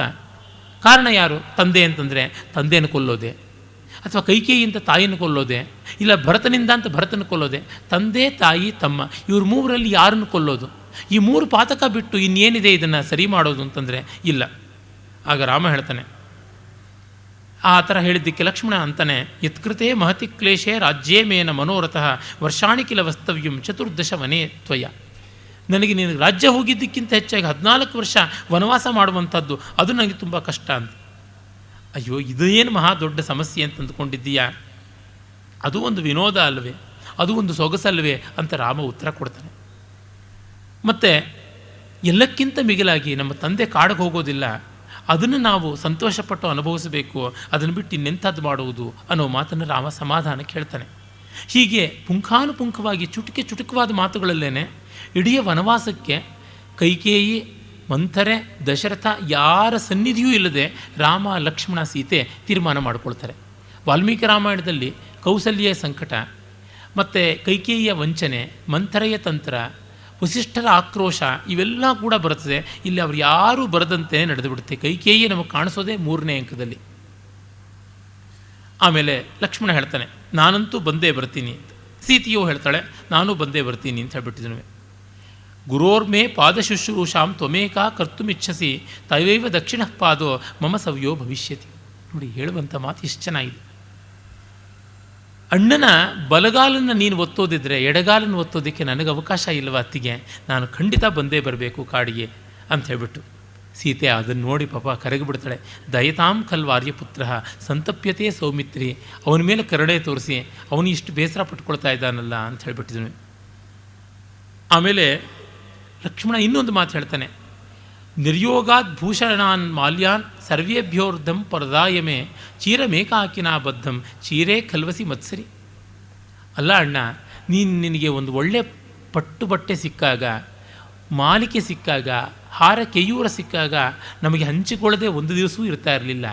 ಈಗ ನಾರು ಬಟ್ಟೆನ ಮಾತ್ರ ಅವನು ನಮಗೆ ಭಾಗ ಕೊಡಬಾರದು ಅಂತ ನೀನೇ ಉಟ್ಕೊಂಡ್ಬಿಟ್ಟಿದೆಯಲ್ಲ, ಇದೇನು ನ್ಯಾಯನ ಅಂತ. ಈ ಮೂಲಕವಾಗಿ ಎಷ್ಟು ಒಳ್ಳೆಯ ಕವಿತೆಯನ್ನು ಆಕ್ಷೇಪದ ಮೂಲಕವಾಗಿ ಇದು ಒಂದು ವ್ಯಾಜಸ್ತುತಿ ಅಥವಾ ವ್ಯಾಜನಿಂದೆ ಹೇಗೆ ಬೇಕಾದ್ರೂ ಕರೀಬಹುದು. ಆ ಚಮತ್ಕಾರ ಅಷ್ಟು ಸೊಗಸಾಗಿರುವಂಥದ್ದು, ಚಮತ್ಕಾರ ವಿಶ್ರಾಂತವಾಗದೆ ಇಡೀ ಭ್ರಾತೃ ಪ್ರೇಮವನ್ನೇ ತೋರಿಸ್ತಾ ಇದೆ. ಆಮೇಲೆ ರಾಮ ಹೇಳ್ತಾನೆ ನೋಡಿ, ತಪಸ್ಸಂಗ್ರಾಮ ಕವಚಂ ನೇಮದ್ವಿರದ ಅಂಕುಶಃ ಕಲೀನಮಿಂದ್ರಿಯಾಶ್ವಾನಾಂ ಗೃಹ್ಯತಾಂ ಧರ್ಮಸಾರಥಿ ಅಂತ. ಆಮೇಲೆ ನಾರು ಬಟ್ಟೆಯ ಇನ್ನೊಂದು ತುಣುಕನ್ನು ತಾನೂ ಕೊಡ್ತಾನೆ. ಇದು ತಪಸ್ಸಂಗ್ರಾಮಕ್ಕೆ ಕವಚ. ಇಲ್ಲಿ ನೋಡಿ, ರೂಪಕಾಲಂಕಾರಗಳು ಉಲ್ಲೇಖಾಲಂಕಾರಗಳ ಪುರಸ್ಸರವಾಗಿ ಬಂದಿದೆ. ಇದನ್ನು ಉಲ್ಲೇಖಾಲಂಕಾರಾನುಪ್ರಾಣಿತವಾದ ರೂಪಕ ಅನ್ಬೋದು. ಒಂದು ಚಿಕ್ಕ ಅನುಷ್ಠುಪ್ ಶ್ಲೋಕ. ತಪಸ್ಸಿನ ಸಂಗ್ರಾಮಕ್ಕೆ ಇದೆ ಕವಚ. ನಿಯಮ ಅನ್ನುವಂತಹ ಒಂದು ಅಂಕುಶ, ಇದು ನಿಯಮ ಅನ್ನುವ ಒಂದು ಅಂಕುಶ. ಯಾವುದಕ್ಕೆ ವಿಶೃಂಖಲತೆ ಅನ್ನುವ ಆನೆ ಇದೆಯಲ್ಲ, ಅದಕ್ಕೆ ನಿಯಮ ಅನ್ನುವಂಥ ಅಂಕುಶವಾಗಿ ಬರುತ್ತದೆ. ಇಂದ್ರಿಯಗಳ ಕುದುರೆಗಳಿಗೆ ಇದೊಂದು ಕಡಿವಾಣವಾಗಿದೆ ಮತ್ತು ಧರ್ಮ ಅನ್ನುವ ರಥಕ್ಕೆ ಸಾರಥಿಯಾಗಿದೆ ಈ ನಾರುಬಟ್ಟೆ. ಇದನ್ನು ನೀನು ತಗೋ ಅಂತ ಹೇಳ್ಬಿಟ್ಟಂತಾನೆ.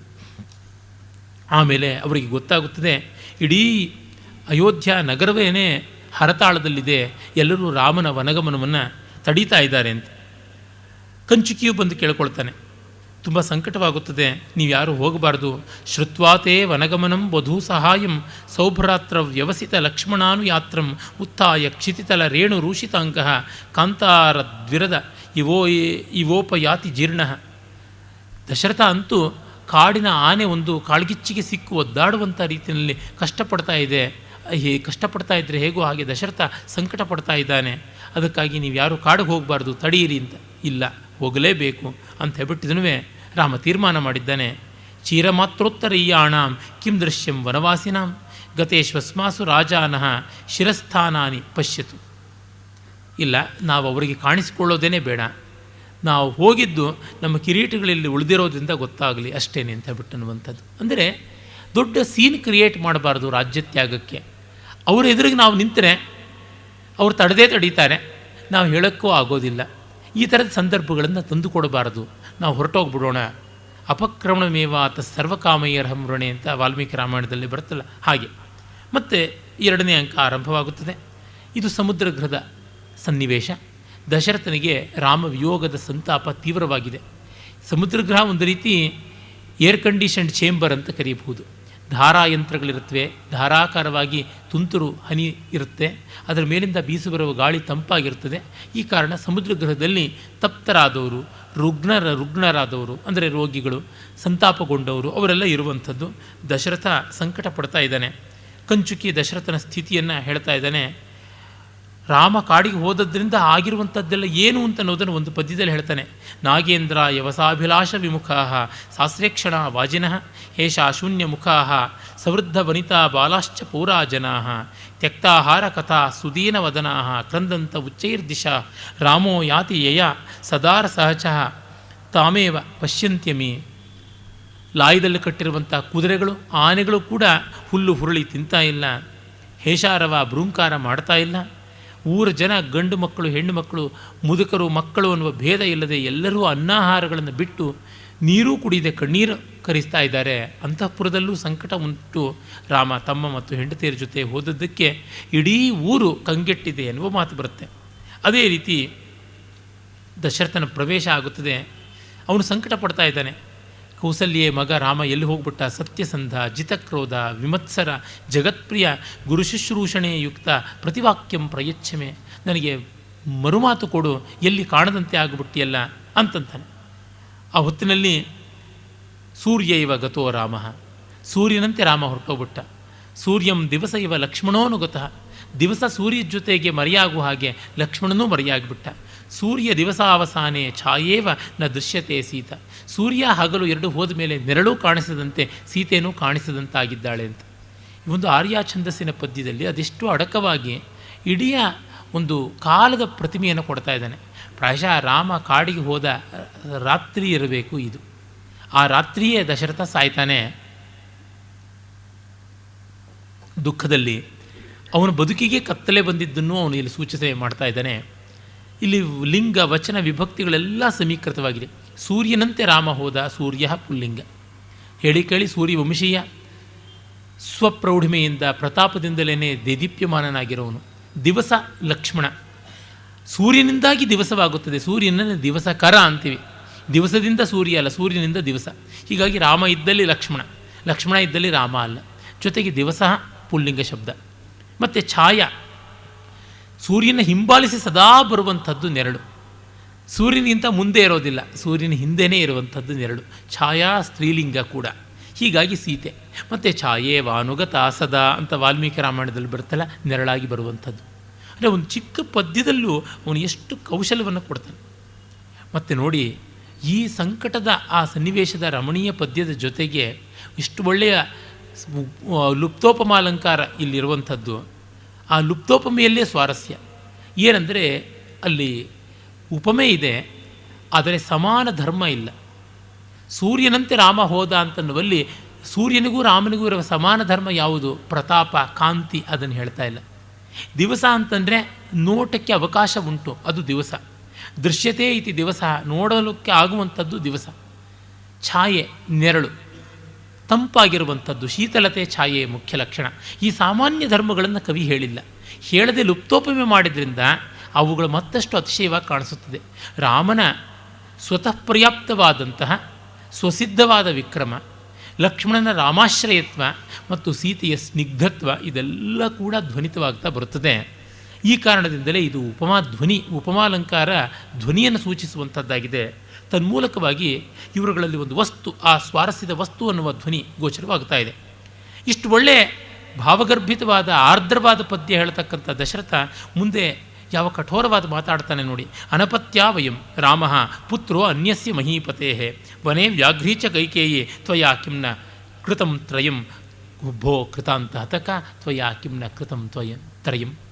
ಅಯ್ಯ ವಿಧಿ, ಎಂಥ ಕೆಟ್ಟವನು, ಹಾಳಾದ ವಿಧಿಯೇ, ನೀನು ನನ್ನನ್ನು ಮಕ್ಕಳಿಲ್ದವನನ್ನಾಗಿಯೂ ಮಾಡಲಿಲ್ಲ, ರಾಮನ ಮತ್ತೊಬ್ಬನಿಗೆ ಹುಟ್ಟುವಂಥ ಮಗನನ್ನಾಗಿಯೂ ಮಾಡಲಿಲ್ಲ, ಈ ಕೈಕೇಯಿನ ಕಾಡಲ್ಲಿ ಒಂದು ಹೆಣ್ಣು ಹುಲಿಯಾಗುವಂತೆಯೂ ಮಾಡಲಿಲ್ಲ. ಇದು ಮೂರೂ ಮಾಡದೆ ನೀನೇನು ಅನರ್ಥ ಮಾಡದೆ ಎನ್ನುವ ಮಾತು. ಇಷ್ಟು ಸಾಲದೆ ಮಕ್ಕಳಿಲ್ಲ ಅಂತ ಕೊರಗಿದಂಥ ದಶರಥ ನನ್ನನ್ನು ಮಕ್ಕಳಿಲ್ದವನನ್ನಾಗಿ ನೀನು ಮಾಡಲಿಲ್ಲ, ಅದು ನಿನ್ನ ತಪ್ಪು ಅಂತಿದ್ದಾನೆ.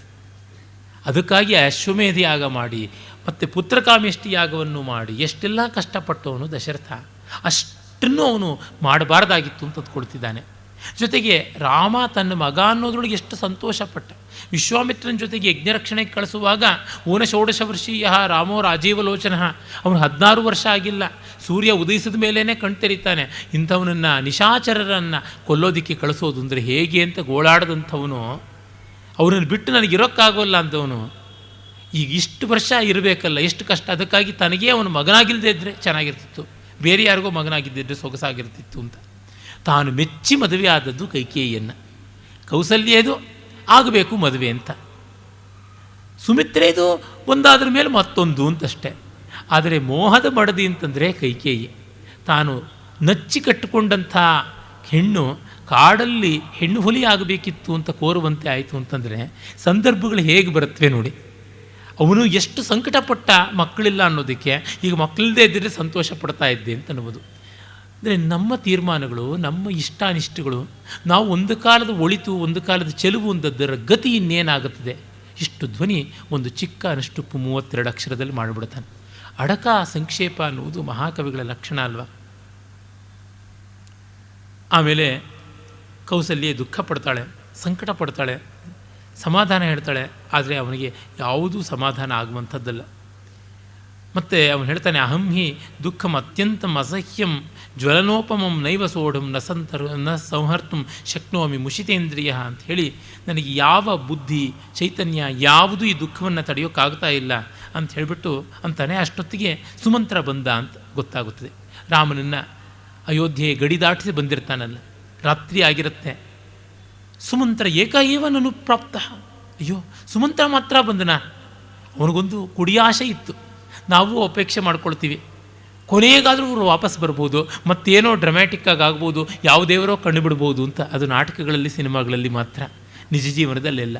ಹೋದ ರಥದಲ್ಲೇ ಏನೋ ಮನಸ್ಸು ಬದಲಾಯಿಸಿ ರಾಮ ಸೀತೆ ಬಂದುಬಿಟ್ಟಿರ್ಬೋದು ಅಂತ. ಸುಮಂತ್ರ ಮಾತ್ರ ಬಂದನ, ಸುಮಂತ್ರ ಏಕಏವ. ಆ ಏಕಏವ ಅನ್ನೋದ್ರೊಳಗೆ ಅವಧಾರಣೆ ನೋಡಿ. ಶೂನ್ಯ ಪ್ರಾಪ್ತೋ ಯದಿರಥೋ ಭಗ್ನೋ ಮೇ ಮನೋರಥಃ ಭಗ್ನೋ ಮಮ ಮನೋರಥಃ ನೂನಂ ದಶರಥಂ ನೇತುಂ ಕಾಲೇನ ಪ್ರೇಷಿತೋ ರಥಃ. ಖಾಲಿ ರಥ ಬಂತು ಅಂದರೆ ನನ್ನ ಮನೋರಥವೇ ಹೋಯಿತು ಅಂತ ಅರ್ಥ. ಇನ್ನು ಪ್ರಾಯಶಃ ಈ ರಥ ಬಂದಿರೋದು ಯಮನಿಂದಲೇ ನನ್ನನ್ನು ಕರ್ಕೊಂಡು ಹೋಗಬೇಕು ಅಂತ ಖಾಲಿಯಾಗಿ ಬಂದಿದೆ ಅಂತ ನೋಡಿ. ಇಲ್ಲಿ 3 ಬಾರಿ ಆ ರಥ ಶಬ್ದ ಇದೆ. ಶೂನ್ಯ ಪ್ರಾಪ್ತೋ ಯದಿ ರಥಃ, ಖಾಲಿಯಾಗಿ ರಥ ಬಂದಲ್ಲಿ, ಭಗ್ನೋ ಮಮ ಮನೋರಥ, ನನ್ನ ಮನೋರಥವು ಭಗ್ನವಾಗಿದೆ.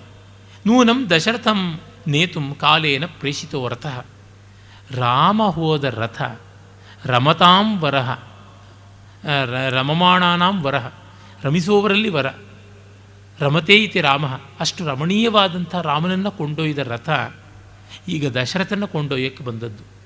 ವನವಾಸ ಹೋಗಿ, ವನಯಾತ್ರೆ ಹೋಗಿ ಪರೇತವನ ಯಾತ್ರೆ ಆಗುವಂಥದ್ದು. ಅಂದರೆ ಒಂದು ರಥ ಮರ್ತ್ಯರಥ ಇದ್ದದ್ದು ಅಮರ್ತ್ಯ ರಥವಾಗುವಂಥದ್ದು, ಅದು ಯಮಪುರಿಯ ರಥ, ಮಧ್ಯದಲ್ಲಿರುವುದು ಮನೋರಥ. ಅಂದರೆ ನಮ್ಮ ಬಯಕೆಗಳು ಎಲ್ಲಿಂದ ಎಲ್ಲಿಗೆ ಹೋಗಿಬಿಡುತ್ತವೆ. ರಾಮನನ್ನು ಇಷ್ಟು ಅಂಟುಕೊಂಡಿದ್ದರಿಂದಲೇ ಈ ಸಾವಲ್ವ. ರಾಮನಿಗೆ ಇಷ್ಟು ಅವನು ಅಂಟುಕೊಳ್ಳದೇ ಇದ್ದಿದ್ರೆ ಈ ಸಾವು ಬರ್ತಾ ಇರಲಿಲ್ಲ. ಅದಕ್ಕೆ ಕೈಕೇಯಿ ವರ ಕೋರಿದ್ದು ಅಂತ ಗೊತ್ತಾಗುತ್ತೆ. ಭರತ ಮುಂದೆ ಕೇಳ್ತಾನೆ, ಅಲ್ಲಮ್ಮ ಕಾಡಿಗೆ ಹೋಗಬೇಕು, ಮಕ್ಕಳಿಂದ ದೂರ ಆದಾಗ ಅವನಿಗೆ ಸಾವು ಅಂತಾನೆ, ನನ್ನನ್ನು ನೀನು ಕಾಡಿಗೆ ಕಳಿಸ್ಬೇಕಾಗಿತ್ತು, ನೀನು ರಾಮನ್ನೇ ಯಾಕೆ ಕಾಡಿಗೆ ಕಳಿಸ್ದೆ ಅಂದರೆ, ಅಯ್ಯ ನಿನಗಿಂತ ರಾಮನಲ್ಲಿ ಪ್ರೀತಿ, ನೀನು ಈಗಾಗಲೇ ಸೋದರ ಮಾವನ ಮನೆ ಅಂತೆಲ್ಲ ಓಡಾಡಿ ಓಡಾಡಿ ನಿನ್ನ ವಿರಹ ಅವನಿಗೆ ಅಭ್ಯಾಸ ಆಗಿದೆ, ಇದು ಅಲ್ಲ ಅಂತ. ಅಂದರೆ ಧ್ವನಿ ಪರಂಪರೆಗಳು ಬರುವಂತೆ ಎಷ್ಟು ಚೆನ್ನಾಗಿ ರಚನೆ ಮಾಡ್ತಾನೆ. ಮತ್ತೊಂದು ಮಾತು, ವಾಲ್ಮೀಕಿ ಎಂಥ ಕವಿಗೂ ಕೂಡ ಆಶ್ರಯದಾತ ಅನ್ನೋದಕ್ಕೆ ಮುಂದಿನ ಶ್ಲೋಕ ನೋಡಿ.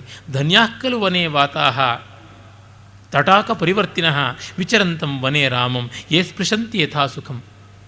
ಕಾಡಿನ ಸರೋವರಗಳ ದಡದಲ್ಲಿ ಸುಳಿದಾಡುವ ಗಾಳಿಗಳೇ ಪುಣ್ಯ ಮಾಡಿವೆ, ರಾಮನನ್ನು ಒಪ್ಪಿಕೊಳ್ತಾ ಇವೆ, ರಾಮನ ಸ್ಪರ್ಶ ಮಾಡ್ತಾ ಇವೆ, ನನಗಿಲ್ಲ ಅಂತಂತಾನೆ. ಸಂಸ್ಕೃತ ಕವಿಗಳಲ್ಲಿ ಈ ಸ್ಪರ್ಶದ್ದು ತುಂಬ ಬರ್ತದೆ. ಅಂದರೆ ಗಾಢವಾಗಿ ಅಪ್ಪಿಕೊಳ್ಳೋದು, ಕೈ ಮುಟ್ಟುವುದು ಇತ್ಯಾದಿ ಬಹುಭೂತಿಯಲ್ಲಿ ಕಾಣಿಸುತ್ತದೆ. ಅಯಂ ಸೀತಾಕರ ಸ್ಪರ್ಶ ಅಂತ ತತ್ಕ್ಷಣವೇ ರಾಮ ಹೇಳಿಬಿಡ್ತಾನೆ. ಮೂರ್ಛೆ ಹೋಗುವ ಸ್ಥಿತಿಯಲ್ಲೂ ಹೇಳ್ತಾನೆ, ಇದು ಸೀತಾಕರ ಸ್ಪರ್ಶ ಅನ್ನುವಂಥದ್ದು. ಹಾಗೆಯೇ ನಾವಿಲ್ಲಿ ವಾಲ್ಮೀಕಿಯ ಮಾತನ್ನು ನೋಡ್ತೀವಿ. ರಾಮ ಸುವೇಲಾ ಪರ್ವತ ಆರೋಹಣ ಮಾಡಿಬಿಟ್ಟು ಸೀತೆಯ ವಿರಹದಲ್ಲಿ ಕಂಗೆಟ್ಟು ವಾಹಿವಾತ ಯತಃಕಾಂತ ತಂ ಸ್ಪೃಷ್ಟ್ವಾ ಮಮಪಿ ಸ್ಪೃಶ ಏತಾವತ್ ಕಾಮಯಾನಸ್ಯ ಶಕ್ಯಮೇತೇನ ಜೀವಿತು ಅಂತಾನೆ. ಗಾಳಿಯೇ ಸೀತೆಯ ಮೇಲಿಂದ ಬೀಸಿ ಬಾ, ಆ ಬೀಸಿದ ಗಾಳಿ ನನಗೆ ಬೀಸಿದ್ರೆ ಸೀತಾ ಸ್ಪರ್ಶ ಅಂತ ಅಂದುಕೊಳ್ತೀನಿ. ಇಷ್ಟಾದರೂ ನನಗೆ ಬದುಕಿರೋದಕ್ಕೆ ಒಂದು ಇನ್ಸೆಂಟಿವ್, ಬದುಕಿರೋದಕ್ಕೆ ಇದು ಸಾಧ್ಯವಾಗುತ್ತದೆ, ಈ ಮೂಲಕವಾಗಿ ನಾನು ನಾಳಿನವರೆಗೂ ಉಸಿರಾಡೋದಕ್ಕೆ ಅವಕಾಶವಾಗುತ್ತದೆ ಅನ್ನುವಂಥ ಮಾತು. ಇಂಥದ್ದಕ್ಕೆ ಮತ್ತೆ ವಾಲ್ಮೀಕಿನೇ ಇಲ್ಲಿ ಸ್ಫೂರ್ತಿಯಾಗಿದ್ದಾನೆ ಅಂತ ಗೊತ್ತಾಗುತ್ತದೆ. ಆಮೇಲೆ ಇಡೀ ಅರಮನೆ ದುಃಖಾಕ್ರಾಂತವಾಗಿರೋದನ್ನು ಕವಿ ವರ್ಣಿಸ್ತಾನೆ. ಸುಮಂತ್ರ ಮತ್ತು ರಾಮಾದಿಗಳ ಸಂವಾದ ನಡೀತಾ ಇರ್ತದೆ. ಆಗ ನೋಡಿ, ರಾಮ ರಥ ಹಿಡಿದು ಹೊರಟ ಅಂತಂದರೆ, ರಾಮ ಇತಿ ಅಯಂ ರಾಮ ತನ್ನಾಮ ಶ್ರವಣಾತ್ ಸ್ಪೃಷ್ಟ ಇವೆ ಮೇ ಪ್ರತಿಭಾತಿ ತತಃ. ರಾಮ ರಾಮ ಅಂತಂದರೆ ಆ ಮಾತು ಕೇಳಿದ ತಕ್ಷಣ ರಾಮನ ನಾನು ಮುಟ್ಟದಂತೆ ಅನ್ನಿಸ್ತಾ ಇದೆ ಅಂತಂತಾರೆ. ಅಷ್ಟು ಉತ್ಕಟನಾಗಿ ಅವರು ಹೇಗೆ ಇಳಿದ್ರು, ನದಿ ದಾಟೋದಕ್ಕೆ ಹೇಗೆ ಪ್ರಯತ್ನ ಮಾಡಿದ್ರು ಅನ್ನೋದನ್ನು ಕೇಳ್ತಾ ಇದ್ದಾನೆ.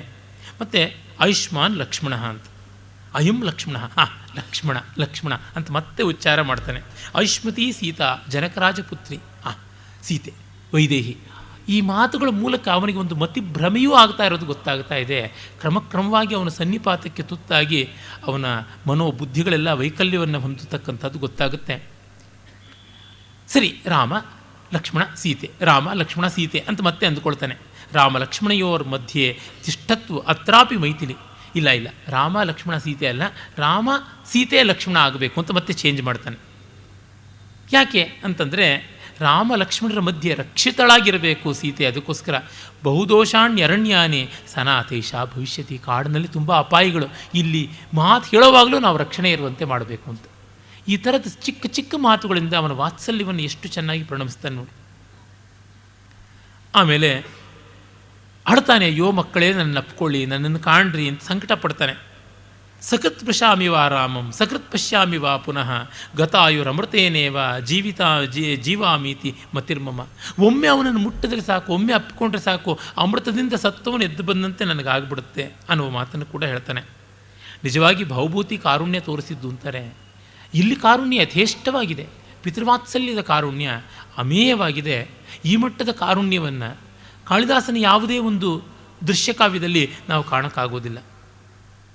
ಆಮೇಲೆ ಕೌಸಲ್ಯ ಹೇಳ್ತಾನೆ, ಕಾಣಿಸ್ತಾ ಇದ್ದಾರಾ ನಿನಗೆ ರಾಮಲಕ್ಷ್ಮಣರು, ನೋಡು ಇವನು ವರ್ಣನೆ ಮಾಡುವುದು ನಮಗಷ್ಟು ಚೆನ್ನಾಗಿದೆಯಲ್ಲ, ಗೊತ್ತಾಗ್ತಿದೆಯಲ್ಲ ಅಂತ ಹೇಳ್ಬಿಟ್ಟು. ಆಮೇಲೆ ಅವರು ಹೇಗೆ ಹೇಳಿದ್ರು, ಯಾವ ಥರ ಹೊರಟರು, ಏನಾಯಿತು ಅನ್ನುವುದನ್ನೆಲ್ಲವನ್ನೂ ಕೂಡ ಕೇಳ್ತಾನೆ. ಆಗ ಅವರು ಹೊರಟರು, ಏನೋ ಹೇಳಬೇಕು ಅಂತ ಬಾಯಿ ಬಿಟ್ಟರು, ಏನೋ ಹೇಳೋಕ್ಕಾಗದೆ ಆ ಕಂಪಮಾನವಾದಂಥ ಅಧರೋಷ್ಟ್ರಗಳಿಂದಲೇ ಅವರು ಮಾತನ್ನು ಹಿಂದೆ ಸಂವರ್ಣ ಮಾಡ್ಕೊಂಡ್ಬಿಟ್ರು ಅಂತ. ಅಂದರೆ ತುಟಿ ಅಲ್ಲಾಡ್ತು, ಅರೆ ಏನು ಹೇಳಬೇಕು ಅಂತ ಗೊತ್ತಾಗಲಿಲ್ಲ, ಹಾಗೇ ಸ್ತಬ್ಧರಾಗ್ಬಿಟ್ರು ಅನ್ನುವಂಥ ಮಾತನ್ನು ಹೇಳ್ತಾನೆ. ತಕ್ಷಣ ಅವನು ಬಹಳ ಸಂಕಟ ಪಡ್ತಾನೆ. ಕಥಂ ಅನುಕ್ತೈವ ವನಂ ಗತಃ, ಏನು ಹೇಳದೆ ಹೊರಟೋಗ್ಬಿಟ್ರ. ಕಮಪ್ಯರ್ಥಂ ಚಿರಂ ಧ್ಯಾತ್ವಾ ವಕ್ತು ಪ್ರಸ್ಫುರಿತಾದರಾಹ ಬಾಷ್ಪಸ್ತಂಭಿತ ಕಂಠಾಹ ತದನುತ್ವೇವ ವನಂ ಗತಃ. ಏನೋ ಹೇಳಬೇಕು ಅಂತಿದ್ದವರು ಗಂಟ್ಲ ಸೆರೆ ಬಿಗಿ ಹಿಡಿದು ಹೇಳೋಕ್ಕಾಗದೆ ಹಾಗೆ ಹೊರಟುಬಿಟ್ರು ಅಂದರೆ ಮೂರ್ಛೆ ಬಿದ್ದು ಬಿಡ್ತಾನೆ. ಕೊನೆಗೆ ರಾಮನ ಮಾತು ಕೇಳೋಕ್ಕೂ ನನಗಾಗಲಿಲ್ವಲ್ಲ ಅಂತ ಹೇಳ್ಬಿಟ್ಟಿದ್ನು. ಈ ರೀತಿ ಅವನು ದುಃಖ ಪಡ್ತಾ ತನಗಿನ್ನ ಸಾಯುವ ಕಾಲ ಬಂತು ಅಂತ ಅಯಂ ಅಮರಪತೆ ಸಖಾ ದಿಲೀಪ ರಘುರಯಂ ಅತ್ರ ಭವಾನ್ ಅಜಃ ಪಿತಾಮೆ ಕಿಂ ಅಭಿಗಮನ ಕಾರಣಂ ಭವದ್ಭಿ ಸಹವಸನೆ ಸಮಯೋ ಮಮಾಪಿ ತತ್ರ. ಇದು ಗೊತ್ತಾಯಿತು, ಇದೋ ನಮ್ಮ ತಾತ ಇಂದ್ರ ಸ್ನೇಹಿತನಾದ ದಿಲೀಪ, ಇದೋ ರಘು ಅವನ ಮಗ, ಇದೋ ನನ್ನ ತಂದೆ ಅಜ ಕಾಣಿಸಿಕೊಂಡ, ಇನ್ನೇನು ಬಂದಿದ್ದು ನೀವು, ಗೊತ್ತಾಯಿತು ನಿಮ್ಮ ಜೊತೆ ನಾನು ಇರಬೇಕೆ, ಬಂದೆ ನಾನು ಅಂತಂತಾನೆ ಅಂತ. ಮರಣಕಾಲದಲ್ಲಿ ಪಿತೃಗಳು ಕಾಣಿಸ್ಕೊಳ್ತಾರೆ ಅಂತ ಒಂದು ಉಲ್ಲೇಖ ಉಂಟು, ಧರ್ಮಶಾಸ್ತ್ರಾದಿಗಳಲ್ಲಿ ಕೂಡ ಬರುತ್ತದೆ. ಮತ್ತು ಇಲ್ಲಿ ಅವನು ತಂದೆ ತಾತ ಮುತ್ತಾತರನ್ನು ಹೇಳ್ಕೊಂಡಿದ್ದಾನೆ. ಯಾಕೆ ಇಷ್ಟೇ ಜನ? ಪಿಂಡ ಪ್ರದಾನಕ್ಕೆ ಇಷ್ಟೇ ಜನ ಬೇಕಾಗಿರುವಂಥದ್ದು. ಪಿತೃಪಿತಾಮಹ ಪ್ರಪಿತಾಮಹ 3 ತಲೆಮಾರು. ಹಾಗಾಗಿ ಅದು ಹೇಳಿಕೊಂಡು ಜ್ಞಾಪಕವೂ ಇರುತ್ತೆ. ಮತ್ತು ಇಷ್ಟರಿಂದಲೇ ಪ್ರತಿಮಾಗ್ರಹದಲ್ಲಿ ಕೂಡ ವಿಗ್ರಹಗಳನ್ನು ತೋರಿಸೋದಾಗುತ್ತೆ. ಇದನ್ನೇ ಕಾಳಿದಾಸ ರಘುವಂಶದಲ್ಲಿ ಕೂಡ ಶುರು ಮಾಡಿಕೊಂಡಿದ್ದಾನೆ, ದಿಲೀಪರಿಂದಲೇ ಶುರು ಮಾಡಿದ್ದಾನೆ. ಈ ರೀತಿಯಾದ ಅನ್ವಯ ಕ್ರಮವನ್ನು ಕನ್ಯಾವರಣ ಅಂತನ್ನುವಂಥ ರಾಮಾಯಣದ ಬಾಲಕಾಂಡದ ಒಂದು ಸರ್ಗ, ಆ ಸೀತೆ ಮತ್ತು ರಾಮರ ವಿವಾಹ ಕಾಲದಲ್ಲಿ ಇಬ್ಬರು ವಂಶಗಳ ಪ್ರವರ್ತಕರಿಂದ ಮೊದಲುಗೊಂಡು ಆ ಕಾಲದ ವರ ಮತ್ತು ವಧುಗಳ ಬಗೆಗಿನವರೆಗಿನ ತಲೆಮಾರುಗಳನ್ನು ಹೇಳುವುದುಂಟು. ಅಲ್ಲಿ ಈ ಒಂದು ಕ್ರಮ ಇಲ್ಲ. ಇಲ್ಲಿ ನಾವು ನೋಡುವಂಥದ್ದು ಭಾಸನದು. ಇದನ್ನೇ ಮುಂದಿನ ಕವಿಗಳೆಲ್ಲ ರೂಪಿಸಿಕೊಂಡಿದ್ದಾರೆ ಅನಿಸುತ್ತೆ. ದಶರಥ ತೀರಿಕೊಂಡ ಅಂತಲೇ ನೇರವಾಗಿ ಗೊತ್ತಾಗುತ್ತೆ. ಕಾಂಚುಕೀಯ ಯವನಿಕಾಸ್ತರಣಂ ಕರೋತಿ. ದಶರಥನ ದೇಹದ ಮೇಲೆ ಅವನು ಮುಸುಕನ್ನು ಸರಿಸ್ತಾನೆ ಅಂತ. ಇದನ್ನಿಟ್ಟುಕೊಂಡು ಭಾಸ ಅಪ್ರದರ್ಶ್ಯವನ್ನೆಲ್ಲ ತೋರಿಸಿದ್ದಾನೆ, ಮರಣವನ್ನು. ಇದು ಭರತ ಮತಕ್ಕೆ ವಿರೋಧಿಯಾದಂಥದ್ದು ಅಂತೆಲ್ಲ ಹೇಳ್ತಾರೆ. ಆದರೆ ರಸಪೋಷಕವಾದದ್ದು ಯಾವುದಾದರೂ ಪರವಾಗಿಲ್ಲ. ಪಾಣಿನಿ ವಿರುದ್ಧವಾದ ಪ್ರಯೋಗಗಳು, ನೀರನ್ನು ರಂಗದ ಮೇಲೆ ತರೋದು, ಬೆಂಕಿಯನ್ನು ತರೋದು, ಆಚಮನ ಮಾಡುವಂಥದ್ದು, ಸಾವನ್ನು ತೋರಿಸೋದು, ಇದೆಲ್ಲ ತಪ್ಪು ಅಂತ. ಪರಿಣಾಮಕಾರಿಯಾದರೆ ತಪ್ಪು ಸರಿ ಎನ್ನುವಂಥದ್ದಿಲ್ಲ. ಅಲ್ಲಿ ಬಂದ ಸಮಸ್ಯೆ ರಂಗಸ್ಥಳದಿಂದ ಸತ್ತೋದವನನ್ನು ಹೇಗೆ ರವಾನೆ ಮಾಡೋದು, ಅವನು ಎದ್ದು ಹೋಗೋಕ್ಕಾಗೋಲ್ಲ. ಅದು ಬಂದದ್ದು ಪ್ರಾಬ್ಲಮ್, ಪ್ರಾಕ್ಟಿಕಲ್ ಪ್ರಾಬ್ಲಮಿಂದ ಹಾಗಾಗಿದ್ದು. ನಾಟ್ಯಶಾಸ್ತ್ರದ ರಂಗಭೂಮಿಯಲ್ಲಿ ಮುಂದೆ ಒಂದು ಪರ್ಮನೆಂಟ್ ಸ್ಕ್ರೀನ್ ಹಾಕುವುದು ಇರಲಿಲ್ಲ. ಯಾವುದಾದ್ರೂ ಒಂದು ಪಾತ್ರ ಒಂದು ಸಂದರ್ಭದಲ್ಲಿ ಪ್ರವೇಶ ಮಾಡಬೇಕು ಅಂದರೆ ತತಃ ಪ್ರವಿಶತಿ ಆಸನಾಸೀನಃ ಸಪರಿವಾರೋ ರಾಜ ಅಂತಂದರೆ, ಆಸನದಲ್ಲಿ ಕೂತಂಥ ರಾಜ ನಡ್ಕೊಂಡು ಬರೋದಕ್ಕೆ ಹೇಗೆ ಸಾಧ್ಯವಾಗುತ್ತೆ? ಅವನ ಆಸನದಲ್ಲಿ ರಾಜ ಕೂತಿರ್ತಾನೆ, ಒಂದು ಕಡೆ ಛತ್ರ, ಇನ್ನೊಂದು ಎರಡು ಕಡೆ ಚಾಮರ ಮತ್ತು ಪರಿವಾರ, ಇವರೆಲ್ಲ ತೆರೆ ಹಿಂದೆ ಬಂದು ನಿಂತುಕೊಳ್ತಾರೆ. ಮುಂದೆ ಇಬ್ಬರು ತೆರೆ ಹಿಡಿದಿರ್ತಾರೆ, ಮತ್ತು ತೆರೆಯನ್ನು ತೆಕ್ಕೊಂಡು ಹೊರಟೋಗ್ತಾರೆ. ಆಗ ಆ ಸೀನ್ ಕಾಣಿಸುತ್ತೆ. ಹಾಗೆ ಮಾಡ್ತಾ ಇದ್ದದ್ದು. ಈ ಥರ ಸಂದರ್ಭದಲ್ಲಿ ಏನು ಮಾಡ್ತಾಯಿದ್ರು, ತೆರೆಯನ್ನು ಮುಂದೆ ಹಿಡಿದು ಬಿಡ್ತಾಯಿದ್ರು. ಆ ತೆರೆ ಹಿಂದಿಂದ ಸತ್ತವನು ಮತ್ತೆ ಎದ್ದು ಒಳಗೆ ಹೋಗ್ತಾ ಇದ್ದ, ನೇಪಥ್ಯ ಪ್ರವೇಶ ಮಾಡ್ತಾ ಇದ್ದ. ಇಂಥ ಅನುಕೂಲತೆಗಳನ್ನು ಕೆಲವೊಮ್ಮೆ ಇಟ್ಟುಕೊಳ್ಳದೇ ಇದ್ದರೆ ಎಷ್ಟೋ ಬಾರಿ ಯಕ್ಷಗಾನದಲ್ಲಿ ತೆರೆನೇ ಇಟ್ಕೊಂಡಿರೋದಿಲ್ಲ. ಯಾರ್ದೋ ಪಂಚೆ ಅಂತಂದು ಇಡುವಂಥದ್ದು ನಾನು ನೋಡಿದ್ದೀನಿ ಕೆಲವು ಬಯಲಾಟದಲ್ಲಿ. ಈ ಸಮಸ್ಯೆಗಳಿಂದಾಗಿ ಅಪ್ರದರ್ಶ್ಯ ಅಂತ ಬಂದಿದ್ದಷ್ಟೇ.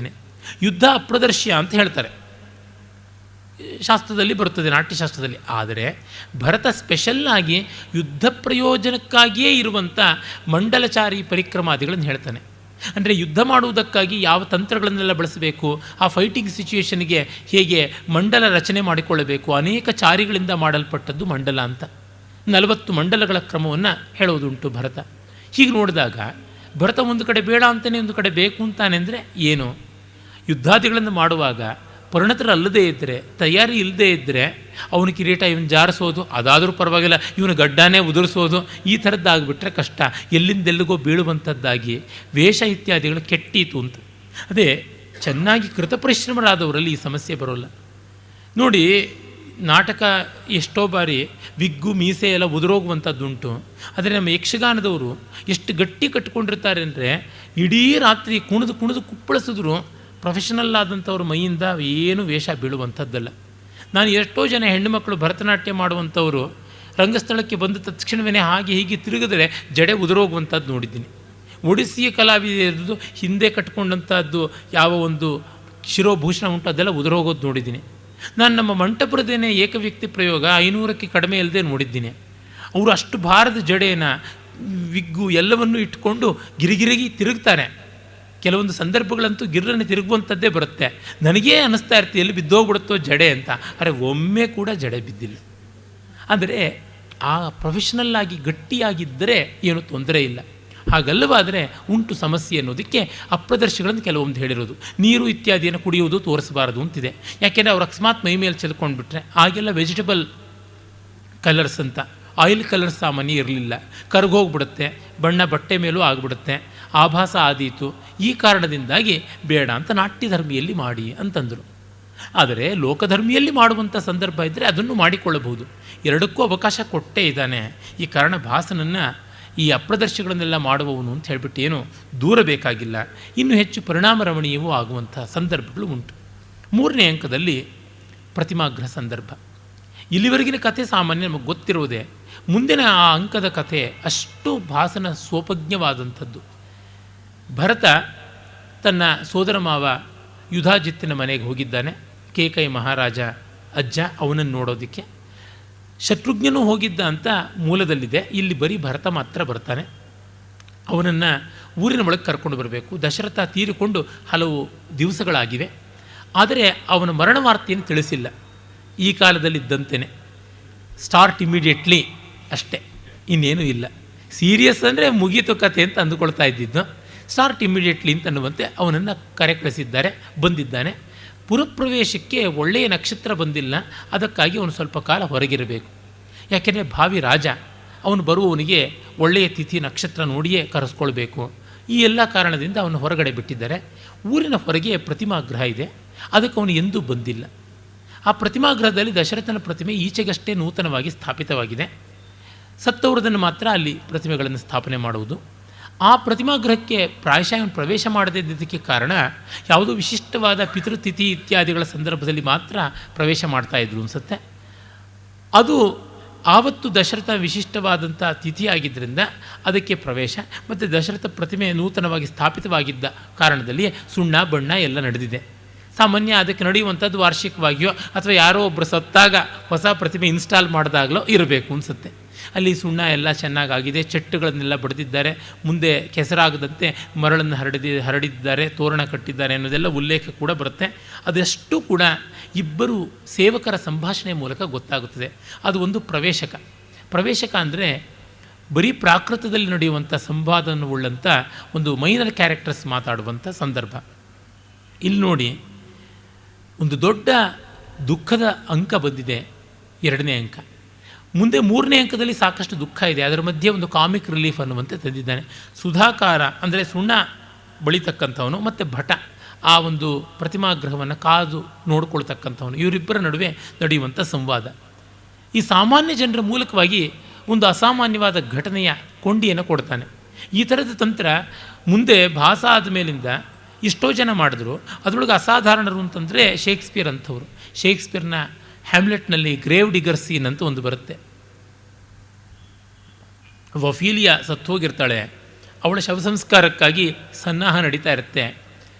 ಶವ ಸಂಸ್ಕಾರ ಮಾಡುವ ಸನ್ನಾಹ ಮಾಡುವವರಿಗೆ ವಿನೋದಕ್ಕೇನು ಕೊರತೆ ಇರೋದಿಲ್ವಲ್ಲ. ಸ್ಮಶಾನದಲ್ಲೂ ಅವ್ರಿಗೆ ನಿತ್ಯ ಸಾವಿರಗಳವರು ಯಾರು ಅಂತ ಜೋಕ್ ಮಾಡಿಕೊಂಡೇ ಇರಬೇಕಾಗುತ್ತದೆ. ಆಗ ಭಾಳ ಗಂಭೀರವಾದ ಮಾತುಗಳು ಮುಂದೆ ಹ್ಯಾಮ್ಲೆಟ್ ಆಡ್ತಾನೆ. ತಲೆಬುರುಡೆಯನ್ನು ಕೈನಲ್ಲಿ ಇಟ್ಕೊಂಡು ಮಾತಾಡುವಂಥದ್ದು ತುಂಬ ಪ್ರಸಿದ್ಧವಾದ ಸಾಲಿಲೋಕಿ. ಅದಕ್ಕೆ ಒಂದು ಒಳ್ಳೆಯ ವಿಸಂವಾದಿಯಾದ ಕಾಂಟ್ರಾಸ್ಟನ್ನು ಕವಿ ತರ್ತಾನೆ. ಇದೇ ರೀತಿಯಲ್ಲೇ ಅವನ ಮ್ಯಾಕ್ಬೆತ್ ನಾಟಕದಲ್ಲಿ ಕೂಡ ಮುಂದೆ ಡಂಕನ್ ಕೊಲೆ ನಡೆಯುವಂಥ ಸಂದರ್ಭದಲ್ಲಿ ಪೋರ್ಟರ್ ಸೀನ್ ಅಂತ ಬರುತ್ತೆ. ಅಲ್ಲಿ ಒಬ್ಬ ಕೂಲಿಗಾರ, ಅವನು ಆ ಮ್ಯಾಕ್ಬೆತ್ನ ಅರಮನೆ ಹತ್ತಿರ ಇರ್ತಾನೆ. ಬಾಗಿಲು ತಟ್ತಾ ಇರೋ ಶಬ್ದ ಕೇಳಿ ಅವನು ವಿನೋದದ ಮಾತಾಡ್ತಾನೆ. ವಸ್ತುತ ಅಲ್ಲಿ ಬಾಗಿಲು ತಟ್ಟೋದು ಅಂತ ಅನ್ನೋದು ಮೃತ್ಯು ಬಂದು ಬಾಗಿಲು ತಟ್ತಾ ಇದೆ. ಆದರೆ ಇವನು ಬಗೆ ಬಗೆಯಲ್ಲಿ ವಿನೋದವಾಗಿ ಮಾತಾಡ್ತಾ ಇರ್ತಾನೆ. ಮೃತ್ಯು ಮಾತ್ರವಲ್ಲ, ಪಾತಕವೇ ಬಾಗಿಲು ತಟ್ತಾ ಇದೆ. ಹ್ಯಾಮ್ಲೆಟ್ನ ನಿದ್ರಾರಾಹಿತ್ಯ, ಮ್ಯಾಕ್ಬೆತ್ನ ನಿದ್ರಾರಾಹಿತ್ಯವಾದ ಸ್ಥಿತಿ, ಅವನ ಹೆಂಡತಿಗೂ ಅದೇ ಸ್ಥಿತಿ ಬರುವಂಥದ್ದು, ಪಾತಕ ಬೆಂಬಿಡದೆ ಕಾಡುವಂಥದ್ದು, ಇದೆಲ್ಲ ಕೂಡ ನಮಗೆ ಗೊತ್ತಾಗುತ್ತೆ. ಇದಕ್ಕೆ ಶೇಕ್ಸ್ಪಿಯರ್ ಗ್ರೀಕರಲ್ಲಿ ಒಂದು ಕಲ್ಪನೆ ಉಂಟು. ಯಾರು ಅನ್ಯಾಯಗಳನ್ನು ಮಾಡ್ತಾರೆ ಮತ್ತು ಕೊಲ್ಲಬಾರದವ್ರನ್ನ ಕೊಲ್ಲುವುದು ಮತ್ತೊಂದು ಎಲ್ಲ ಅಕ್ರಮಗಳನ್ನು ಮಾಡ್ತಾರೆ, ಅವರ ಮನೆ ಬಾಗಿಲಲ್ಲಿ ಫ್ಯೂರಿಗಳು ಅಂತ ಹೇಳ್ಬಿಟ್ಟಿದ್ರು, ಪಾಪ ದೇವತೆಯರು ಬಂದು ತಿಷ್ಠೆ ಹಾಕ್ತಾರೆ, ಹೊಸಲಿನಲ್ಲೇ ಕೂತಿರ್ತಾರೆ ಅಂತ. ಈ ಒಂದು ಕಲ್ಪನೆಯನ್ನು ತೆಗೆದುಕೊಳ್ತಾನೆ ಶೇಕ್ಸ್ಪಿಯರ್. ಹಾಗೆ ನಮಗೆ ಇಲ್ಲಿ ಕೂಡ ಗೊತ್ತಾಗುತ್ತದೆ ಒಂದು ಮುಂದಿನ ಮತ್ತು ಹಿಂದಿನ ಆ ದುಃಖಭರಿತವಾದ ಸಂದರ್ಭಗಳಿಗೆ ಮಧ್ಯೆ ಒಂದು ಕಾಮಿಕ್ ರಿಲೀಫ್, ಒಂದು ಪುಟದಷ್ಟು ಮಾತ್ರ. ನೋಡಿ, ಆ ಸುಣ್ಣ ಬಳಿಯೋನು, ಅಬ್ಬಾ ಎಷ್ಟು ನಾನು ಕೆಲಸ ಮಾಡೋದು, ಸ್ವಲ್ಪ ಹೊತ್ತು ನಾನು ಮಲ್ಕೋತೀನಿ ಅಂತ ಮಲ್ಕೋತಾನೆ. ಅದು ಅರಮನೆ ಕೆಲಸವೇ ಇರ್ಬೋದು, ಏನೇ ಇರ್ಬೋದು, ಬಳಲಿಕೇನೆ, ಸಾಮಾನ್ಯರ ರೀತಿಯೇ. ಆಗ ಭಟ ಬರ್ತಾನೆ. ಹಂಗೆ ಹೋದ ಹಾಸ್ಯ ಪುತ್ರ, ತೊತ್ತಿನ ಮಗನೇ, ಏನು ಕೆಲಸ ಮಾಡಿದೆ, ಮಲ್ಕೊಂಡಿದ್ದೀನೋ ಹೇಳೋ ಅಂತಂತಾನೆ. ಬಡಿತಾನೆ. ಆಗ ತಾಡಯ್ಯ ತಾಡಯ್ಯ, ಬಡಿಯಪ್ಪ ಬಡಿ, ಗೊತ್ತು, ಹೌದು ನೀನು ಬಡಿದ್ರೇ ನೀನು ಕೆಲಸ ಮಾಡೋದು, ತಾಡಿತೆ ತ್ವಂ ಕಿಂ ಕರಿಷ್ಯಸಿ, ಬಡಿದ್ರೇ, ಮತ್ತು ನೀನು ಬಡಿದ್ರೆ ಏನು ಮಾಡ್ತೀಯ? ಅಧನ್ಯಸ್ಯ ಮಮ ಕಾರ್ತಿವೀರ್ಯಸ್ಯೇವ ಬಾಹುಸಹಸ್ರಂ ನಾಸ್ತಿ. ಏನು ಮಾಡೋಣ, ಪಾಪಿ ನಾನು ಕಾರ್ತಿವೀರ್ಯಂಗಿದ್ದಂತೆ 1000 ತೋಳಿಲ್ಲ ಅಂತ. ಅಂದರೆ ಏನರ್ಥ, 1000 ತೋಳಿದ್ರೆ ನಿನ್ನನ್ನು ನೋಡ್ಕೊಳ್ತಾ ಇದ್ದೆ ಒಂದು ಕೈ ಅಂತ. ಆಗ ಇವನು ಹೇಳ್ತಾನೆ, ಏನು 1000 ತೋಳಿದ್ರೆ ಏನು ಮಾಡ್ತೀಯಾ ಅಂತಂದರೆ, ನಿನ್ನನ್ನು ಕೊಲ್ತಾ ಇದ್ದೆ ಕಣಯ್ಯ ನಾನು ಅಂತ. ನನ್ನನ್ನು ಕೊಲ್ತೀನಿ ನಿಂತ್ಯ, ಬಡಿತೀನಿ ನಿನಗೆ ಅಂತ ಮತ್ತೆ ಬಡಿತಾನೆ. ಆಮೇಲೆ ಭಟ ಹೇಳ್ತಾನೆ, ಏಹಿ ದಾಸ್ಯ ಪುತ್ರ ಮೃತೆ ಮೋಕ್ಷಾಮಿ, ಸತ್ತರೆ ನಿನ್ನ ಬಿಡ್ತೀನಿ ನೋಡಷ್ಟೇ, ಅಲ್ಲಿವರೆಗೂ ಬಿಡೋದಿಲ್ಲ, ನೀನು ಸತ್ತು ಬದುಕಬೇಕಷ್ಟೇನೆ ಎನ್ನುವಂಥ ಮಾತು. ಆ ಇಡಿಯಮ್ ನೋಡಿ ಎಷ್ಟು ಚೆನ್ನಾಗಿದೆ. ಆಮೇಲೆ ಕೈಲಾಸಮ್ಮವರ ಹೋಮ್ ರೂಲ್ ನಾಟಕದಲ್ಲಿ ಒಂದು ಕಡೆ ಬರುತ್ತೆ, ಅವಳು ರಾಮಣ್ಣನ ಹೆಂಡತಿ ತರಕಾರಿ ಹೆಚ್ಚುತ್ತಾ ಇರ್ತಾಳೆ, ಅತ್ತೆ ಬಗ್ಗೆ ಅವಳಿಗೆ ಆಗೋಲ್ಲ, ಈ ಅತ್ತೆ ಇದ್ದಾಳಲ್ಲ ಅಂತ. ಆ ಹೆಣ್ಣಿಗೆ ಹೆದರ್ಕೊಂಡು ನಡೀತಕ್ಕಂಥವನು ಗಂಡ, ಹೋಮ್ ರೂಲ್, ಅವನು ಹೊರಗಡೆ ಸಿಂಹ, ಮನೆಯಲ್ಲಿ ಇಲಿ. ಅವನು ಹೇಳ್ತಾನೆ, ಯೋಚನೆ ಮಾಡಬೇಡ, ಕಾಶಿ ರಾಮೇಶ್ವರಕ್ಕೆಲ್ಲ ಟಿಕೆಟು ತಂದಿಟ್ಟಿದ್ದೀನಿ, ಏನು ರೈಲು ಹತ್ತಿಸ್ತೀನಿ, ಕಾಶಿಗೆ ಹೋಗಿ ಸತ್ಲೋ ಅವಳು ಬದುಕಿದ್ಲು. ಈ ರೀತಿಯಾದಂಥದ್ದು. ಹೀಗೆ ನೀನು ಸತ್ತರೆ ನಿನ್ನನ್ನು ಬಿಡ್ತೀನಿ ಅಂತ ಹೇಳ್ಬಿಟ್ಟಂತಾನೆ. ನಾನು ಏನು ಅಪರಾಧ ಮಾಡಿದೆ ಅಂದರೆ, ಏನು ದೊಡ್ಡವರೆಲ್ಲ ಬರ್ತಾರೆ, ಬೇಗ ಸುಣ್ಣ ಆಗಬೇಕು, ಅಲಂಕಾರ ಆಗಬೇಕು, ಬಣ್ಣ ಆಗಬೇಕು ಅಂತೆಲ್ಲ. ಆ ಸಂದರ್ಭದಲ್ಲಿ ಮಾತುಗಳ ಮೂಲಕವೇ ನಾನು ಈಗ ಹೇಳಿದ್ದಷ್ಟು ನಡೆಯುತ್ತೆ. ಆಮೇಲಿಂದ ಎಲ್ಲ ಮಾಡಿದ್ದೀನಿ ಅಂತ ಅವನು ಹೇಳ್ತಾನೆ. ನೋಡಿ, ಅಧಿಕಾರಿ ಶಾಹಿ ಇದ್ದಂಥವರು ಏನು ಮಾಡ್ತಾರೆ, ಏನು ಮಾಡದೇ ಇದ್ದರೂ ಮಾಡಿಲ್ಲ ನೀನು, ಅದು ಮಾಡಿಲ್ಲ ಅಂತೆಲ್ಲ. ಪಶ್ಚಿತು ಭರ್ತ ಅಪನೀತ ಕಪೋತ ಸಂಧಾನಕಂ ತಾವತ್ ಗರ್ಭಗೃಹಂ. ಈ ಗರ್ಭಗೃಹದಲ್ಲಿ ಪಾರಿವಾಳಗಳೆಲ್ಲ ಬಂದು ಸೇರಿಕೊಂಡು ಹಿಕ್ಕಿ ಹಾಕಿ ಗಲೀಜಾಗಿತ್ತು, ಅವರನ್ನೆಲ್ಲ ಓಡಿಸಿ ಕ್ಲೀನ್ ಮಾಡಿಟ್ಟಿದ್ದೀನಿ ಅಂತ. ಇಲ್ಲಿಗೆ ಜನ ಸದಾ ಬರ್ತಾ ಇರಲಿಲ್ಲ, ಊರಾಚೆ ಇದ್ದದ್ದು. ಮತ್ತು ಸಾವಿನ ಮನೆ, ಸತ್ತವರನ್ನು ನೋಡುವಂಥ ಅಮಂಗಳದಷ್ಟೇ ಈ ವಿಗ್ರಹಗಳನ್ನು ನೋಡುವಂಥದ್ದು ಅಂತನ್ನುವಂಥದ್ದು. ಆಮೇಲೆ ಅವಸಕ್ತ ಮಾಲ್ಯಧಾಮ ಶೋಭೀನಿ ದ್ವಾರಾಣಿ, ಸೊಗಸಾಗಿ ಪುಷ್ಪಮಾಲಿಕೆಗಳನ್ನು, ತೋರಣವನ್ನು ಎಲ್ಲ ಬಾಗಿಲು ಕಟ್ಟಿದ್ದೀನಿ. ಪ್ರಕೀರ್ಣ ವಾಲುಕಾಹ, ಇಲ್ಲಿ ಕೆಸರಾಗದಂತೆ ಎಲ್ಲ ಕಡೆ ಚೆನ್ನಾಗಿ ಮರಳು ಹರಡಿದ್ದೀನಿ, ಸುಣ್ಣ ಬಳಿದಿದ್ದೀನಿ. ಅತ್ರೇದಾನಿಯನ್ ಮಯ ಕಿಮ್ನ ಕೃತಂ, ಏನು ಮಾಡಿಲ್ಲ ಹೇಳಿ ಅಂತ. ಯದ್ಯೇವಂ ವಿಶ್ವಸ್ತೋ ಗಚ್ಚ ಯಾವದಹಮಪಿ ಕೃತಮಿತಿ ಅಮಾತ್ಯಾಯ ನಿವೇದಯಾಮಿ. ಆಗಿದ್ರೆ ನೀನು ಹೋಗು, ನಾನು ಎಲ್ಲ ಆಗಿದೆ ಅಂತ ಮಂತ್ರಿಗೆ ಹೇಳ್ತೀನಿ ಅಂತ. ಆದರೆ ನೋಡಿ, ಇವನೇ ಹೋಗಿ ಹೇಳ್ಬೋದಾಗಿತ್ತು, ಸುಣ್ಣ ಬಣ್ಣ ಮಾಡಿದವನು. ಅವನು ಹೇಳಿದ್ರೆ ಏನಾದ್ರು ಮೆಚ್ಚು ಕೊಡ್ತಾನೆ. ಎಲ್ಲ ಕೆಲಸ ಆಗಿದೆ ಸ್ವಾಮಿ ಅಂತಂದರೆ ತೆಗೆದುಕೋ ಬಹುಮಾನ ಅಂತ ಕೊಡಬಹುದಲ್ವ ಅಂತ. ಅಂದರೆ ಕ್ರೆಡಿಟ್ಸನ್ನು ತಗೊಳ್ಳೋದಕ್ಕೆ ನಾಯಕರು ಮುಂದೆ ಹೋಗಿಬಿಡ್ತಾರೆ. ಹೀಗೆ ಎಷ್ಟು ಬಗೆಯ ಧ್ವನಿಗಳು ಬರುವಂಥ ರೀತಿಯಲ್ಲಿ ಅವನು ಸಂವಿಧಾನಕ ಮಾಡ್ತಾನೆ. ಇನ್ನು 3ನೇ ಅಂಕದ 4ನೇ ಅಂಕದ ಬಹಳ ಸೊಗಸಾದಂಥ ಸಂದರ್ಭಗಳನ್ನು ನಾಳೆ ನೋಡೋಣ. ನಾಳೆ ಪ್ರತಿಮಾ ನಾಟಕವನ್ನೇ ಸಮಾಪ್ತಿ ಮಾಡೋಣ. ನಮಸ್ಕಾರ.